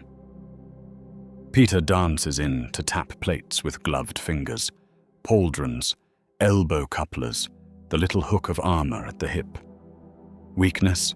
Kadai asks. No, Peter says. Timers. The marine nods as if the word pleases him. He learns what his web can and can't do to ceramite. He can gum joints for a second, maybe two. He can't bind a marine. He can blind him for an eye blink by lacing B over the visor and making him tear it away with a gauntlet that sticks to his own faceplate for a humiliating half-second. Do not, Kadai says without heat when his brothers snort, mock the tool that saved your eye. He learns how to be the small hammer in a fight full of big ones. He turns a falling gantry into a bridge by bolting suture lines between its joints as it collapses, then riding it down so 50 workers cross where 30 would have fallen. A marine could have held the gantry with raw means. Peter moved the pivot, so power got to do something better than strain. When a Havoc team sets up on a balcony with missiles like mean thoughts, he webs the handrails to the floor at just the right angle, so recoil drags the whole team onto their backs. They're fine. They're furious. They're alive for the cuffs. He also finds edges he won't cross and watches others walk across and back, carrying costs like wet cloaks. A flamer team asks if his foam will cut burn through on a nest in an orphanage basement. Yes, he says, but the treats will taste like chemical for a week. The salamander with the flamer laughs. They already do. He shows them how to lay the quench blanket first, so the fire's appetite has to learn patience. Children come out smelling like a garage and breathing. Not every fight is a fight. Sometimes it's a rescue that wants to be a fight, and you say no until it sulks into a rescue. In a refinery stack where promethium condenses into lore, a pipe bursts and a torch becomes a dragon. He slaps Doc Stitch around the teeth of the lesion, tacks it with D, lays C into the throat, listens to the metal complain, feels the pressure, and trusts a number he and Genitor Zevra did on a slate by bad light. The plant doesn't explode. The workers call him a saint again. He keeps teaching them to call each other by name instead. His sense learns the galaxy.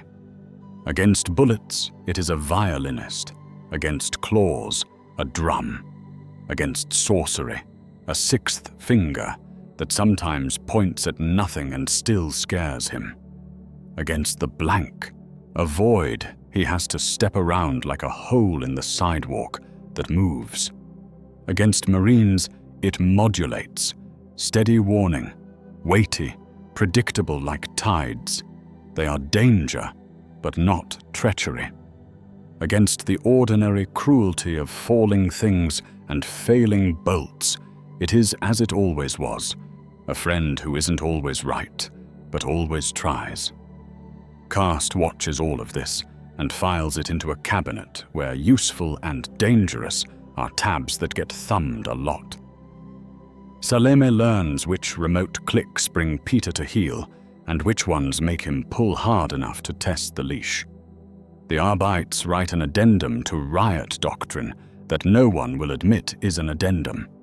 The Mechanicus adjust the cyclone insert and send him a new bee that flows around chain teeth like a rumor around sensors. The salamanders move on, leaving behind a block that still has walls and children.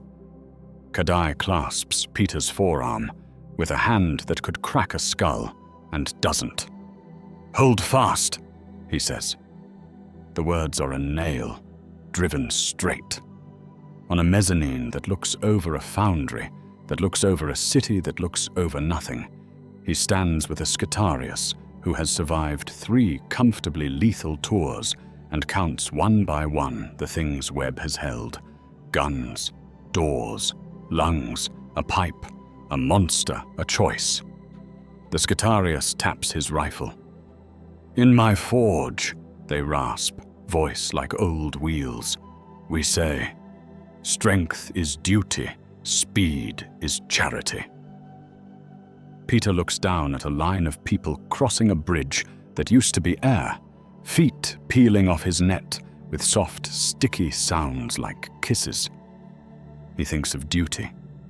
He thinks of charity. He thinks of the pressure of a galaxy and the tiny places where it lets a man put his hand on a valve and make the numbers argue with themselves for a minute more. Rumors acquire legs faster than soldiers. In Karst's circle, they get chairs. They meet in a warded chamber where the air has learned to sit still. Karst stands with his hands behind his back like a ledger that refuses to be creative. Interrogator Salome leans one hip on the table with the proprietary air of someone who owns consequences. The confessor with stitched-in vox cords sits directly under the ceiling's shrine lamp, letting its smoke climb his face as if Saint Heat belongs on skin. The blank woman occupies a corner the way a hole occupies a bucket. Even the candles give her space rather than light. "Report," Karst says. He never raises his voice. The word arrives everywhere at once anyway. Peter tells it simple. Brood, barricade, the way the crowd had learned to run in circles until someone drew a line. He keeps jokes to a minimum because Salome treats humor like contraband. He leaves out the part where a child laughed on the net and the whole line breathed, for himself, for later. "Praise where it belongs," the confessor murmurs when he finishes, voice rasping like parchment being moved. He sees without asking for worship. His eyes glint toward the mask, as if daring it to be a reliquary. "Worship will arrive whether asked for or not," Salome says. "We must choose what shape it takes. A mask is a banner. A banner recruits. Hope is a vector," the confessor says again, as if it's an answer to a question no one remembers asking. Karst glances at the blank. She doesn't speak. She never speaks. He says her name anyway because names keep the world from sliding. Null Aethra will continue to shadow operations involving Psychana. The anomaly, his eyes flick to Peter like a pin returning to a map, maintains a reliable response under Null. Aethra steps closer, and Peter's danger sense dies like a candle under a cup. He fights the urge to flinch and fails only a little. Saleme notes the flinch, the way hawks note small animals.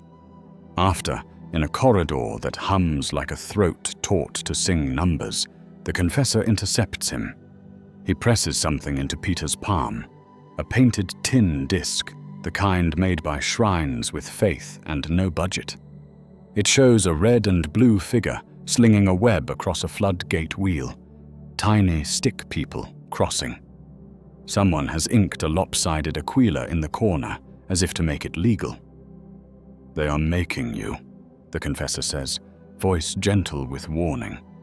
"You should choose the shape before they do." "I prefer shapes that don't end with me nailed to things," Peter says, pocketing the tin, because to throw it away would be to throw away the hand that gave it. The confessor smiles with old eyes and doesn't argue. Aeldari rumors arrive differently. First, a single thread out of place. A servo skull returns trailing flower scent instead of incense. Then a vox channel catches a note that's music before it's language. Then a kill team vanishes and leaves a hole that feels carefully cut rather than savaged. The Mechanicus read auspex like auguries and find nothing where there should be radiation. Karst reads nothing like an indictment and sharpens orders.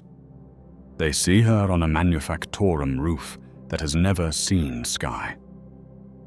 She steps through air gone thin and becomes geometry inside a cape of stars. Runed armor, helm crowned with a sweeping fin, spear haft that hums like a tuning fork. She is the color of decisions made a long time ago. Guardians flank her with discipline like woven cloth. A harlequin, jester mask painted with a smile too honest for comfort, perches on a rail as if gravity made a special bargain with him. Peter feels nothing in his danger sense, and everything in the space behind it. As if a spider's web in a room he cannot see vibrates with footsteps taken far away. "Mon Ki," a guardian says, almost politely. The Farseer lifts a hand. The guardian folds his word back into his mouth, like a knife returning to a sheath.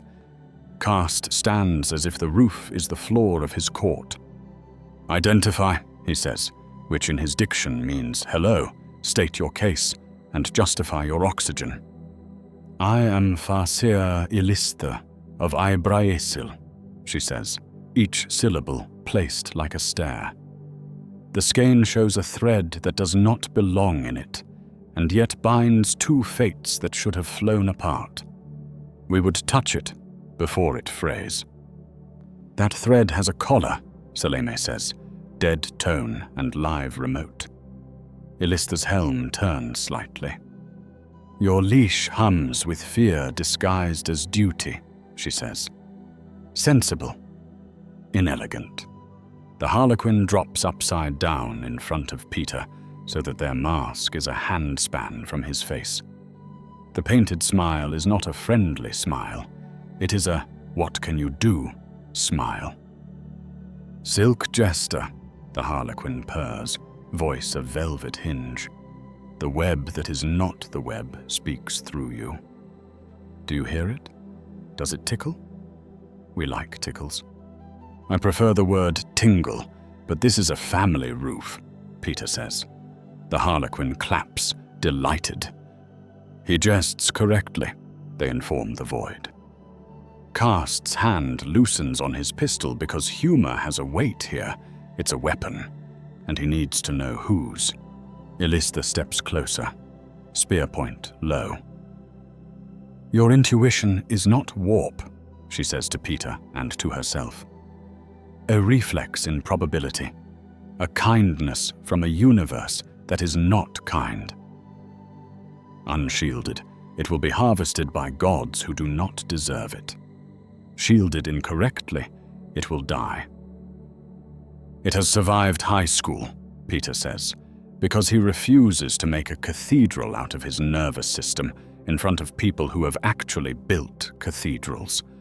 They trade offerings, because all truces here start with gifts disguised as facts. Illistha sketches a route through the hab stacks where a brood thing will come and shows where to lay silk to turn teeth into traffic. Karst offers nothing, which is also an offering. The cost of his eventual yes just rose. The Harlequin flicks a coin through his web that turns, halfway, into a beetle and then a coin again. Aethra steps nearer, and the coin decides it never had a childhood. Everyone feels that, and no one speaks of it, because to name a blank luck is to fail a test that kills for less. The deal arrives in the only way deals do here, as a debt masquerading as a plan. A webway gate, dormant, hair thin, hums under a shrine 3 levels down. The Aeldari will close it, so nothing worse than them uses it. The Imperium will not sanctify the ground with explosives afterward. Peter will thread a corridor, so the workers between here and there do not get crushed by the gears of history in motion. He threads it. He lays silk across air like a polite lie. He glues a drunk ganger to a bench because he insists on lighting a Elho stick under a venting rune. Illistha knits angles with her spear tip in a way humans can't see unless someone shows them how. And even then it feels like remembering a dream. The Harlequin dances in and out of existence, always where the line would be best with a foot on it. Then something ugly smells the gate from far away, and comes sooner than expected. Not a daimon, a Drukhari raiding splinter that slid between seconds because pain knows how. They pour out of a shadow like a promise broken, masks carved into smirks, hooks curving with unpleasant competence. Their weapons purr and scream. A worker child stares in the wrong direction, uncomprehending when the first splinter shot makes a sound like boiled bone. Peter moves. Silk snaps across a hallway mouth, and a Kabbalite hits it at speed and learns about face-first shame. He slaps sheer ribbons onto 2 more and yanks. Hooks catch on hooks. Their ballet becomes a tangle rehearsal where the floor gets a speaking part. He webs a splinter rifle to the hand that holds it and pastes that hand to the ceiling, leaving a dangling, furious man to reconsider life choices in a register not associated with dignity. The Harlequin laughs and somersaults through the rest, blade making small adjustments to unpleasant futures. Selema's squad arrives with more honesty than anyone else, bolts that mean what they say. She does not look at Illistha when she nearly decapitates a Drukhari who had been reaching for the Farseer's neck with a smile. Illistha does not look at Selema when her spear shaves an inch off a splinter round meant for the interrogator's heart. They do not look. They notice. They owe each other something they will never put on paper. Aethra walks through the corridor, and the Drukhari's reflex joy goes out like a light. Peter feels his sense die again, and hates the way that makes him slow until he moves without it. Muscle memory, and math, and the simple, crude compass of children behind me, people with hooks in front of me. He doesn't win that way. He doesn't lose either, and sometimes that's the point. After, Illistha stands before the shrine gate and does something that looks like convincing a lock it's happier closed. The air shivers. Aileen threads that weren't there become not there in a cleaner way. She pauses, helm tilted. "Your filaments," she says to Peter. "They are loud in a place that is supposed to listen." "Come." He glances at Karst. Karst doesn't nod. He never nods. He says, "Return." It is permission and a threat sharing boots. The webway is not the warp. It is what happens when a people decide they deserve to commute between stars without talking to gods. It smells like old rain on stone that has never been wet. The Harlequins call it a stage. Ilistha calls it a wound that learned to scar elegantly. Peter calls it an error message in stone and light, and his danger sense hums there, not like a siren, but like a cat purring beside a storm door. Paths intersect in impossible angles that feel correct if you keep your head tilted at the right kindness. He sees threads, not visible, not real, but there. Decisions, almost decisions, the lines people make when they believe themselves alone. His sense tickles at a branch where Ilistha hesitates and becomes a steady thrum when she chooses left. "Do you feel it?" she asks without looking. The Harlequin is already balancing on a handrail that was never installed. "He feels," the Harlequin sings. "He tugs. Hush now. Watch." He weaves. They lead him to a cracked pocket where webway meets the memory of a street. A human caravan, stolen from a raid and half slipped into myth, stumbles here between worlds, shepherded by a craft-world warlock with a face more tired than immortal should be allowed. The warlock starts to raise a witchblade when he sees the Arbite's colors on Saleme's cloak, then stops when Peter raises both empty hands and lays a line from the caravan's heel to a door that will open on a hab level with soup and loud babies. "You are not of us," the warlock whispers, shaken. "You do not belong in this road." "Yeah," Peter says. "Story of my life." They run that road fast, because favors are due and hunters exist. A mandrake squats in a corner of not light, and Peter's sense warns him like soup bubbling over before it burns the stove. He throws e-webs that are not for electricity here, but for definition, lines that bully shape into shadows. The mandrake flees, hissing in a language that sounds like a blade cutting silk. The Harlequin applauds with both hands and a foot. Back in the hive, the caravan spills into a stairwell that wasn't supposed to have that many smiles in it. The warlock fades, leaving a single rune in chalk on the wall. A debt that can be called and will be paid. Caste will hate that mark. Peter memorizes it anyway. Enemies learn him as he learns them. A noise marine returns with a frequency tuned for humiliation. Your knees suddenly want to be in front of your face. Your lungs want to be behind your back. Peter gags, drops, slaps E across a floor that thinks it should sing, and grounds the stanza into the guts of a manufactorum the way a farmer sinks lightning into dirt. He does not try for bravado. He tries for seconds. Kadai is not here this time.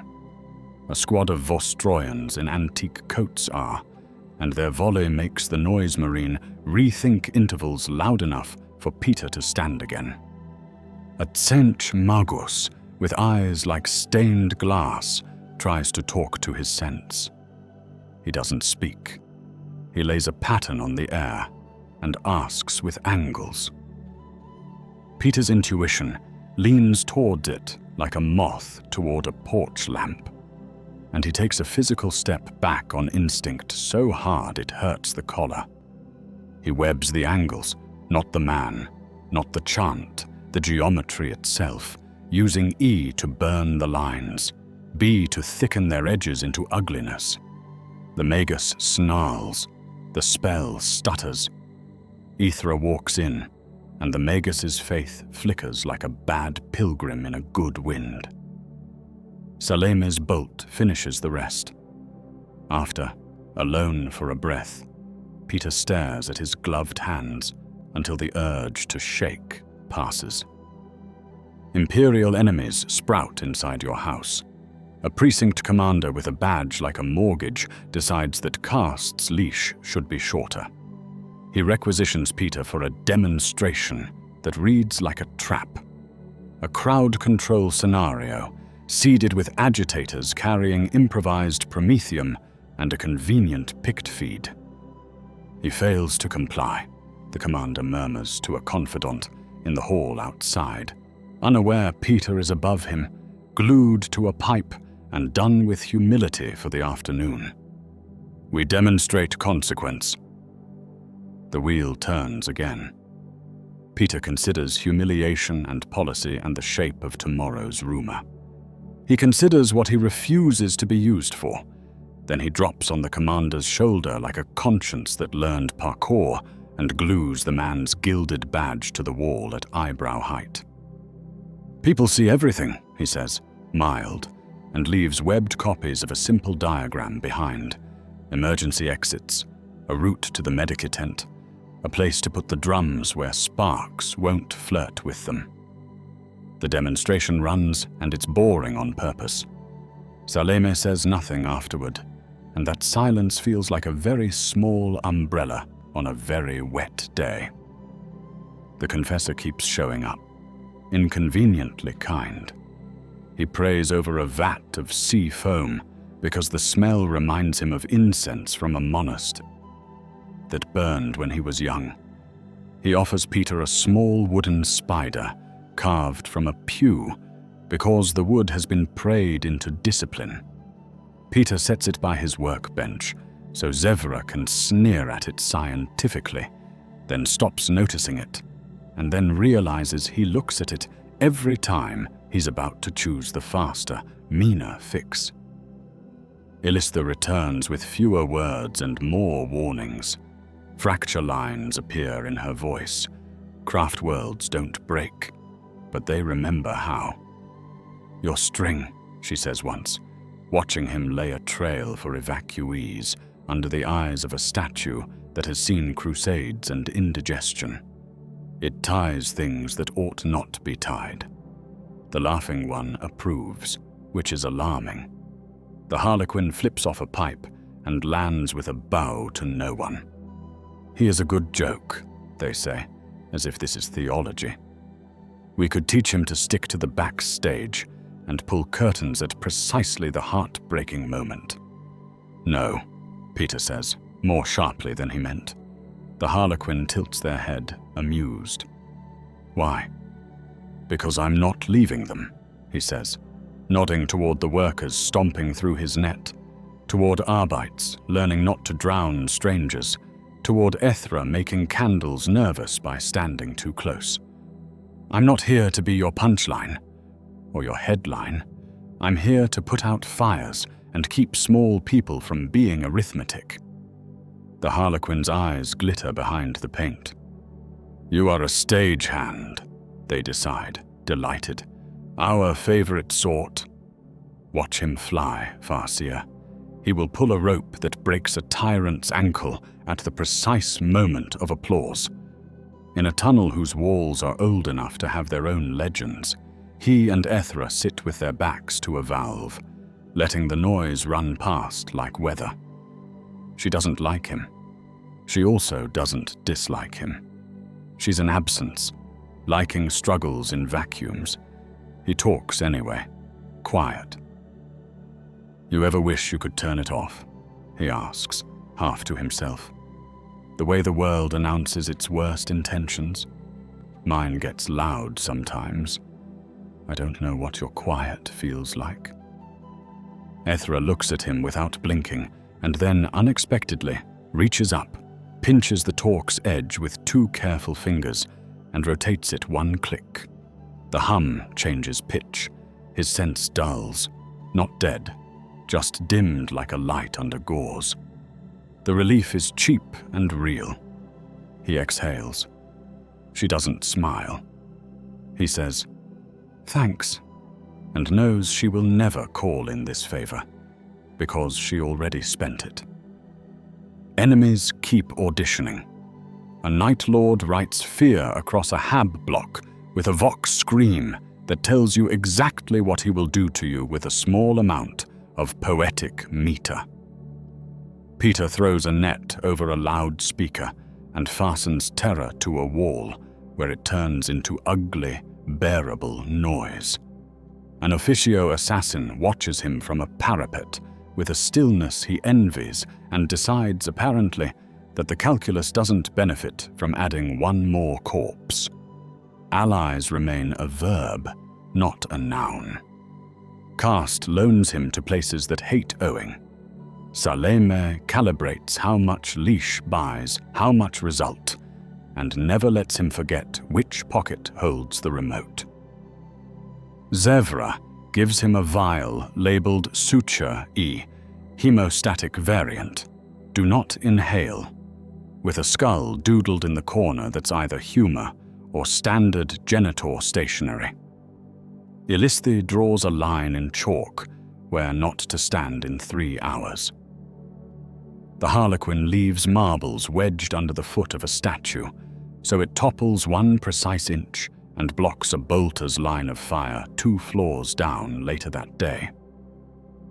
The confessor tells a story over the Vox about a saint who refused a sword and got handed a rope instead and pulled a city over a river. A boy on level C-17 repeats the story to his sister and punctuates it with sound effects that are 90% web noise and 10% hero noise. She corrects him and adds a baby marauder's vroom. The webway hums behind the walls like wakas in an old building.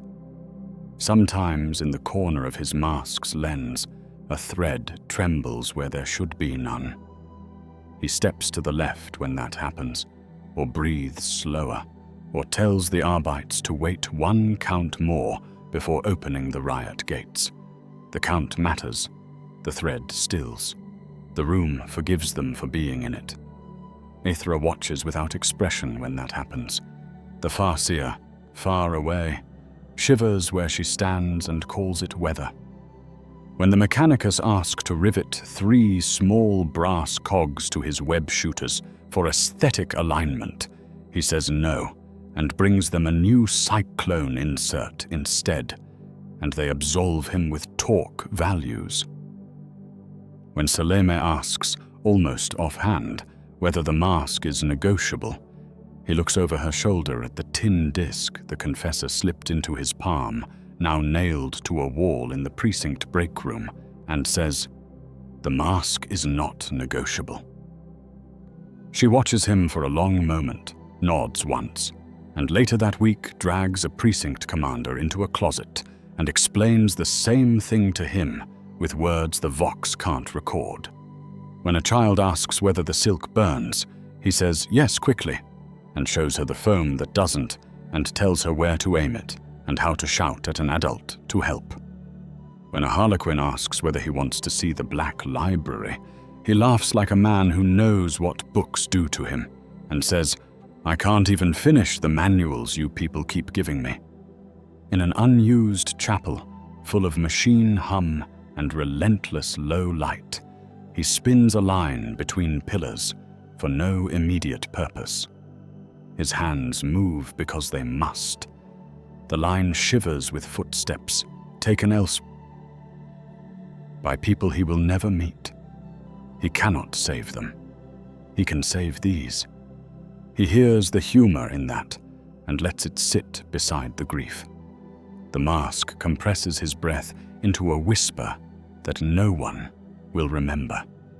The web holds. The room waits. The countless roads under the city murmur with traffic and old anger and newer jokes told quietly between people who refuse to become math. The stagehand pulls another rope and another curtain moves somewhere, and he doesn't look to see whether the audience claps. He listens for small feet on new bridges and the way bolts sound when they decide not to shear. In one future, he keeps the collar, and it becomes less a chain than a pact. Caste stamps the sanction with a rosette and a signature that looks like a cliff line, abrupt, inevitable. They don't call him an acolyte. Too many prayers stitched into that word. They list him on a data slate as anomalous tactical asset, silk. He takes the insult and turns it into a job description. Arbeit's doctrine mutates around him like a healed fracture that learned to bear weight better. Web ladders become standard kit in 3 precinct fortresses. A sergeant drills non-lethal dominance until the phrase stops sounding like a joke. He walks them through refinery fire, teaches them how to hose foam through his suture weave so the flames starve politely. With the Mechanicus, he signs scrolls with grease on his gloves, and the priests recite an addendum to the litany of function that includes a cyclone swirl and the word Parker, uttered with the blasphemous fondness of engineers who accidentally became poets. Cast remains cast, which means mercy is always written in pencil. But the man who never raises his voice starts pausing for one more report before he says purge. He never calls it mercy. He calls it clarified situational arithmetic, and no one corrects him because in this circle, words are either laws or bullets. Selema learns to click the talk remote only when Peter's joke arrives before his point, never after. Aethra, his parabola of silence, stalks him through rooms that want to be altars, making his sense dim and then return like a tide he has learned to surf instead of drown in. They build a ward called the Silk Corridor. It's not on any map, it's a promise. When Vox traffic screams hive quake and a manufactorum grafted to a hab stem fails like a dropped anvil, when tyranids sift opportunity and gutters bloom with teeth, when cult litanies pulse through underhives like mold, the corridor is ready. He throws a net from a crane to a statue's Aquila arms because he did it once in panic and now does it on purpose. Ties crash nets across stairwells in 3 pulls and 1 prayer. Glues feed belts to decks so guns cough once and sulk. Lays E-lines to ground stupid miracles into honest metal. On a bad day that refuses to become a worst one, a brood lord learns the physics of mortification. Ore slurry, rebar, magnet hum, web.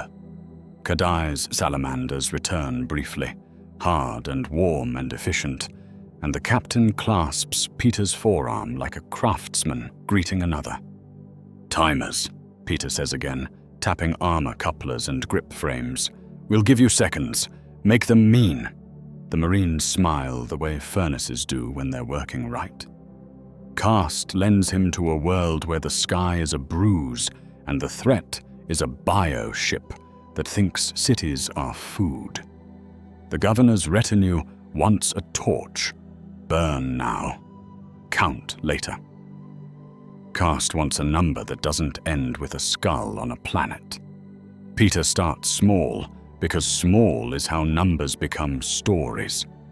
The first hour is ladders and kids who giggle because stepping on sticky silk feels naughty. The second hour is a water main that should have burst and didn't because Doc Stitch is a prayer you can touch.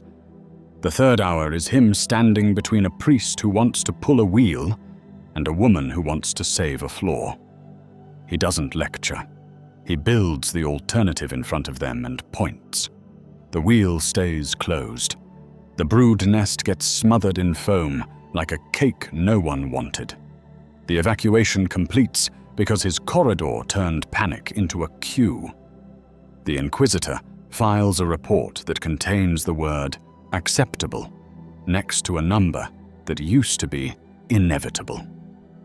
A new catechism appears on a precinct wall, written in grease pencil by a tired sergeant who's done with funerals. Keep the path clean. Invest in seconds. Do not argue with a net that works. The shrine in the canteen acquires a tin disc of a red-blue figure stopping a floodgate.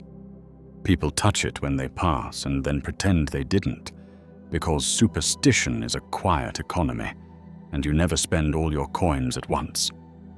He has failures too. A melter leak teaches him that some flames don't care about chemistry. A Nurgle bloom forces him to choose between sealing a corridor to save 100 and opening it to risk all for 12 trapped in the rot. He lies awake after he chooses the 12 and sees the eyes of the 100 anyway. He keeps choosing the door that lets him hear babies cry later. Some Arbites sneer and call it softness. Some Arbites copy his knots and call it duty.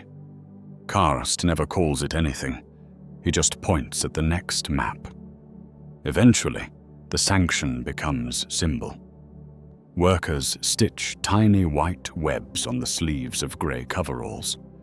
A Medici unit starts handing out blue cloth masks with a 2-headed aquila stamped at the corner because if hope is contraband, it should at least pass inspection. The Mechanicus unveil the Adhesor Pattern 9 with a ritual that smells like hot varnish and pride. The pattern name is Parker Delta in Binharic footnotes no one but Peter and Rokal read. When the forge wants to rivet on the brass cogs, he says no again, and the priests compromise by engraving an extremely small one inside the casing where no one will ever see it. Someone had to win. He remains human and masked and stubborn. When he is asked for a speech at a shrine that was a maintenance closet last year, he says, "Walk together," and leaves before anyone can call it doctrine. He keeps moving. The collar stays. The leash slackens. The corridor gets longer. In another future, he follows the jester into the backstage and teaches himself to love a stage that isn't his. Ilistha's spear draws lines in the air that are maps if you know the joke. The Harlequin invites him to laugh at the gods politely, and occasionally impolitely. The webway hums like a theatre that remembers every play performed and refuses to end the run. They call him Silk Jester out loud, and other things in private. Thread Singer, Curtain Hand, the human who hears the doorbell. He never puts on a Harlequin mask. He borrows a cloak of stars once and gives it back with a thank you, because he knows what gifts cost here. The webway teaches him a new rhythm. Danger isn't a shout, it's a twitch in the scenery. He learns to hop when an angle is about to betray him, to duck when a memory tries to become architecture, to lean when choice becomes a wind. His spider sense hums like a tuning fork struck by probability. In human places, he's a Surin. Here, he's a metronome. He runs errands no one should be able to run. A caravan peeled out of a raid appears in a pocket of not quite street. He throws a line across an impossible gap and points them at a door that will open on soup. A singer on Iyanden needs to deliver a song to a warrior who won't live past dusk. Peter walks a bridge that only exists during the chorus and doesn't look down. A gate near a shrine world's sub-basements starts to mutter. He webs its lips with an lattice and glue that offends the stone into forgetting how to listen. The laughing god approves from a direction that makes no sense, and 1,000 tiny coincidences go his way for the next 12 hours. Knives miss, stairs are where he needs them. A precinct commander forgets to sign a purge docket long enough for Karst to arrive with a better plan. Harlequins complicate salvation with choreography. He watches a mask where a troop turns a cult into a punchline and a rebellion into catharsis. He hates the smiling and loves the timing. In a cradle of wraithbone, a solitaire dances alone and the room forgets how to breathe. He recognizes the look on the man's face because he has made choices he knew would hurt and did them anyway. He avoids the Black Library because he knows what happens to men who think they can read everything and remain kind. He learns tricks he never wanted until he needed them. A cloak that refuses to be seen from angles that would kill him. drapes his shoulders during a raid he has to finish unmarked. The Harlequin teaches him 3 steps that turn a narrow alley into a trap for anything that thinks in straight lines. Illista shows him a hand movement that closes a gate with a courtesy nothing demonic can imitate. A lonely bone singer offers him a charm that keeps his thread from tangling when spider sense meets fate. He wears it tucked under the suit, near the torque, where all his complicated helps live together and avoid eye contact. He keeps coming back to the hive. The Aeldari do not love that. Neither does the Inquisition. Both respect it the way professionals respect a man who keeps the same job title even after someone offers jewels. He builds corridors 2 jumps at a time, through a rusted door that opens on a garden no one watered, and back into a stairwell where children stomp on his net and giggle. When Drukhari try to steal a hab stack's worth of fear, he drops from a non-ceiling and ties their joy to a pipe. When an Exodite child gets lost in a human hab whose corners are mean, he glues a bully's hand to a graffiti shrine long enough for his mother to slap his head and drag him home. The more he travels, the more his sense becomes polyglot.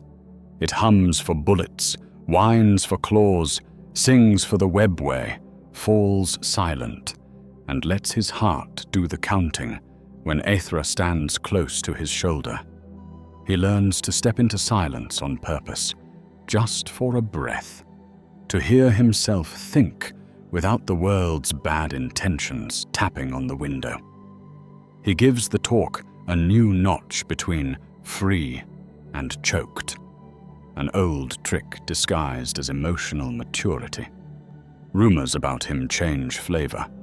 The Imperium calls him a sanctioned Xenos liaison in documents that hate all 3 words, then tears up the page and files a different one. Aeldari call him a curious mortal and forget his name on purpose to keep him safe. Harlequins call him when a prop won't fall at the right time, because he is the only human they trust to pull the rope with the correct chivalry. On a good day, he is 5 minutes early to a bus full of children. On a bad day, he is 5 minutes late to a man who had already decided.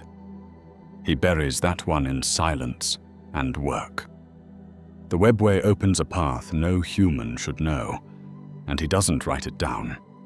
He lends it to a guard unit full of orphans and lets them come home by a secret shortcut because a Harlequin winked, and Cast pretends not to notice because pretending is the grease in more gears than truth will ever be.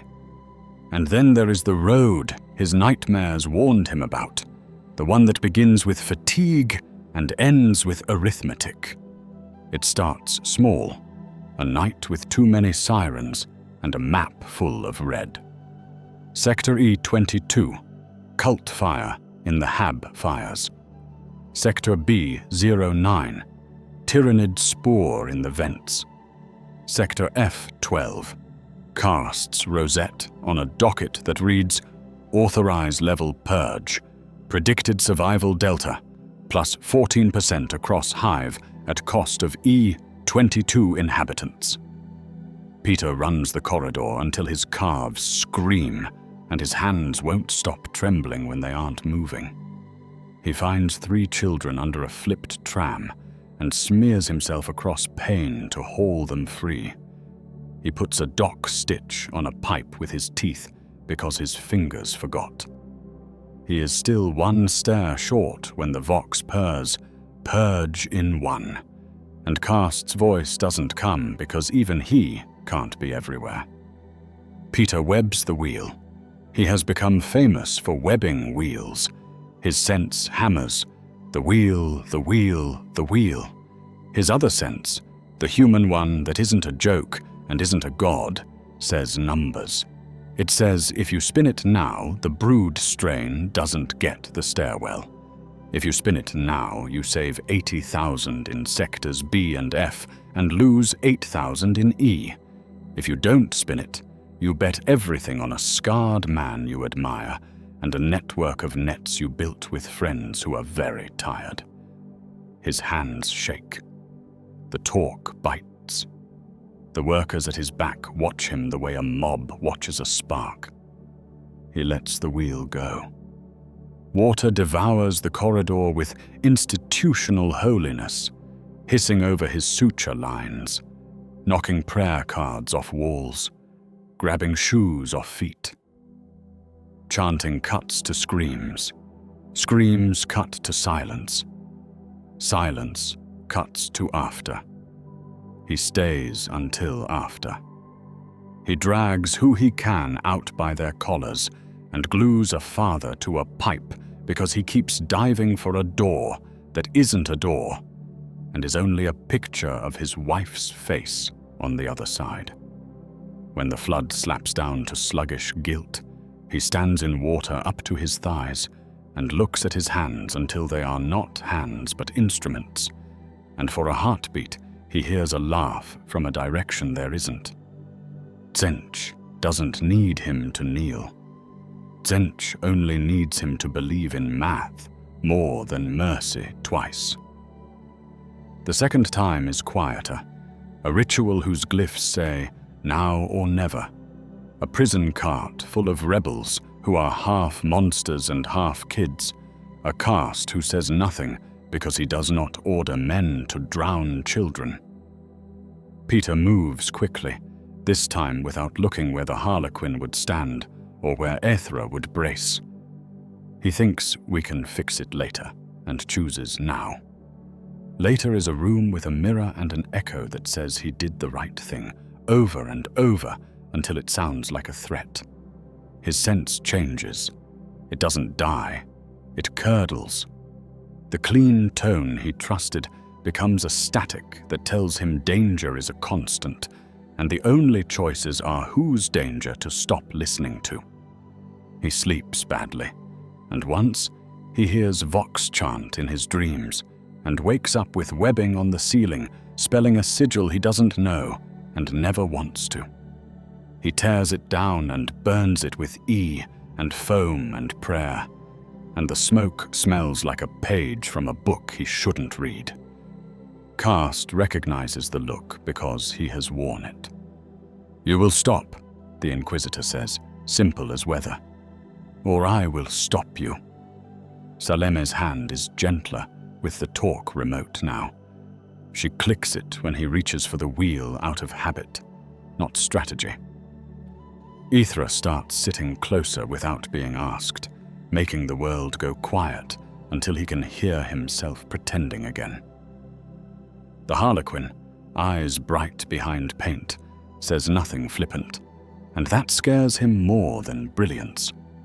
Illista says, "Not this thread," and draws a line on the floor and makes him step back over it while she watches like a mother who has buried sons. In one telling of this dark road, he doesn't step back far enough. They start calling him the Red Bailiff in the lower stacks, a man who arrives with a siren in his chest and the right answers written on a drowning wheel.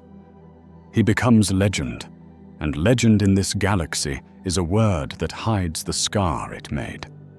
Karst uses him, grim and honest and wrong, until his thread is more leash than line. The corridor becomes a sluice.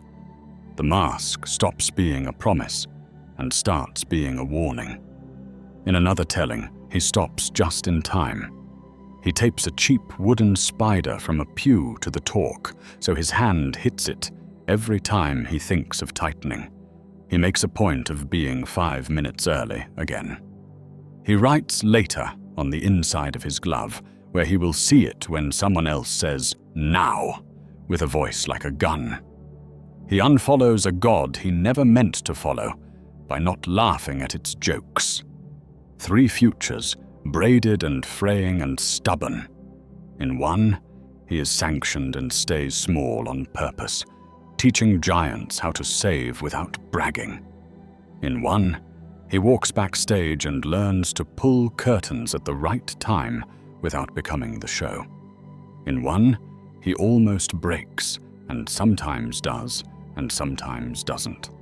In all of them, he webs a wheel and refuses a flood until he can't, and then remembers why he hated the wheel in the first place. In the Grimdark, power crushes or it carries. We dropped a friendly neighborhood thread into a galaxy of hammers and saw 3 endings unwind. One where he bends the Imperium toward rescue by inches. One where he ghosts the webway as the silk jester pulling disasters off their mark. And one where the mathematics of survival nearly eats the man behind the mask. Which path felt truest to you? The sanctioned spider, the stagehand of the laughing god, or the broken web that almost snapped? Tell me in the comments which thread you'd follow, and what you'd make him choose when the wheel is in his hand. New What If crossovers every week. Subscribe if you want more impossible battles, improbable allies, and stories sticky enough to hold in the harshest galaxy there is.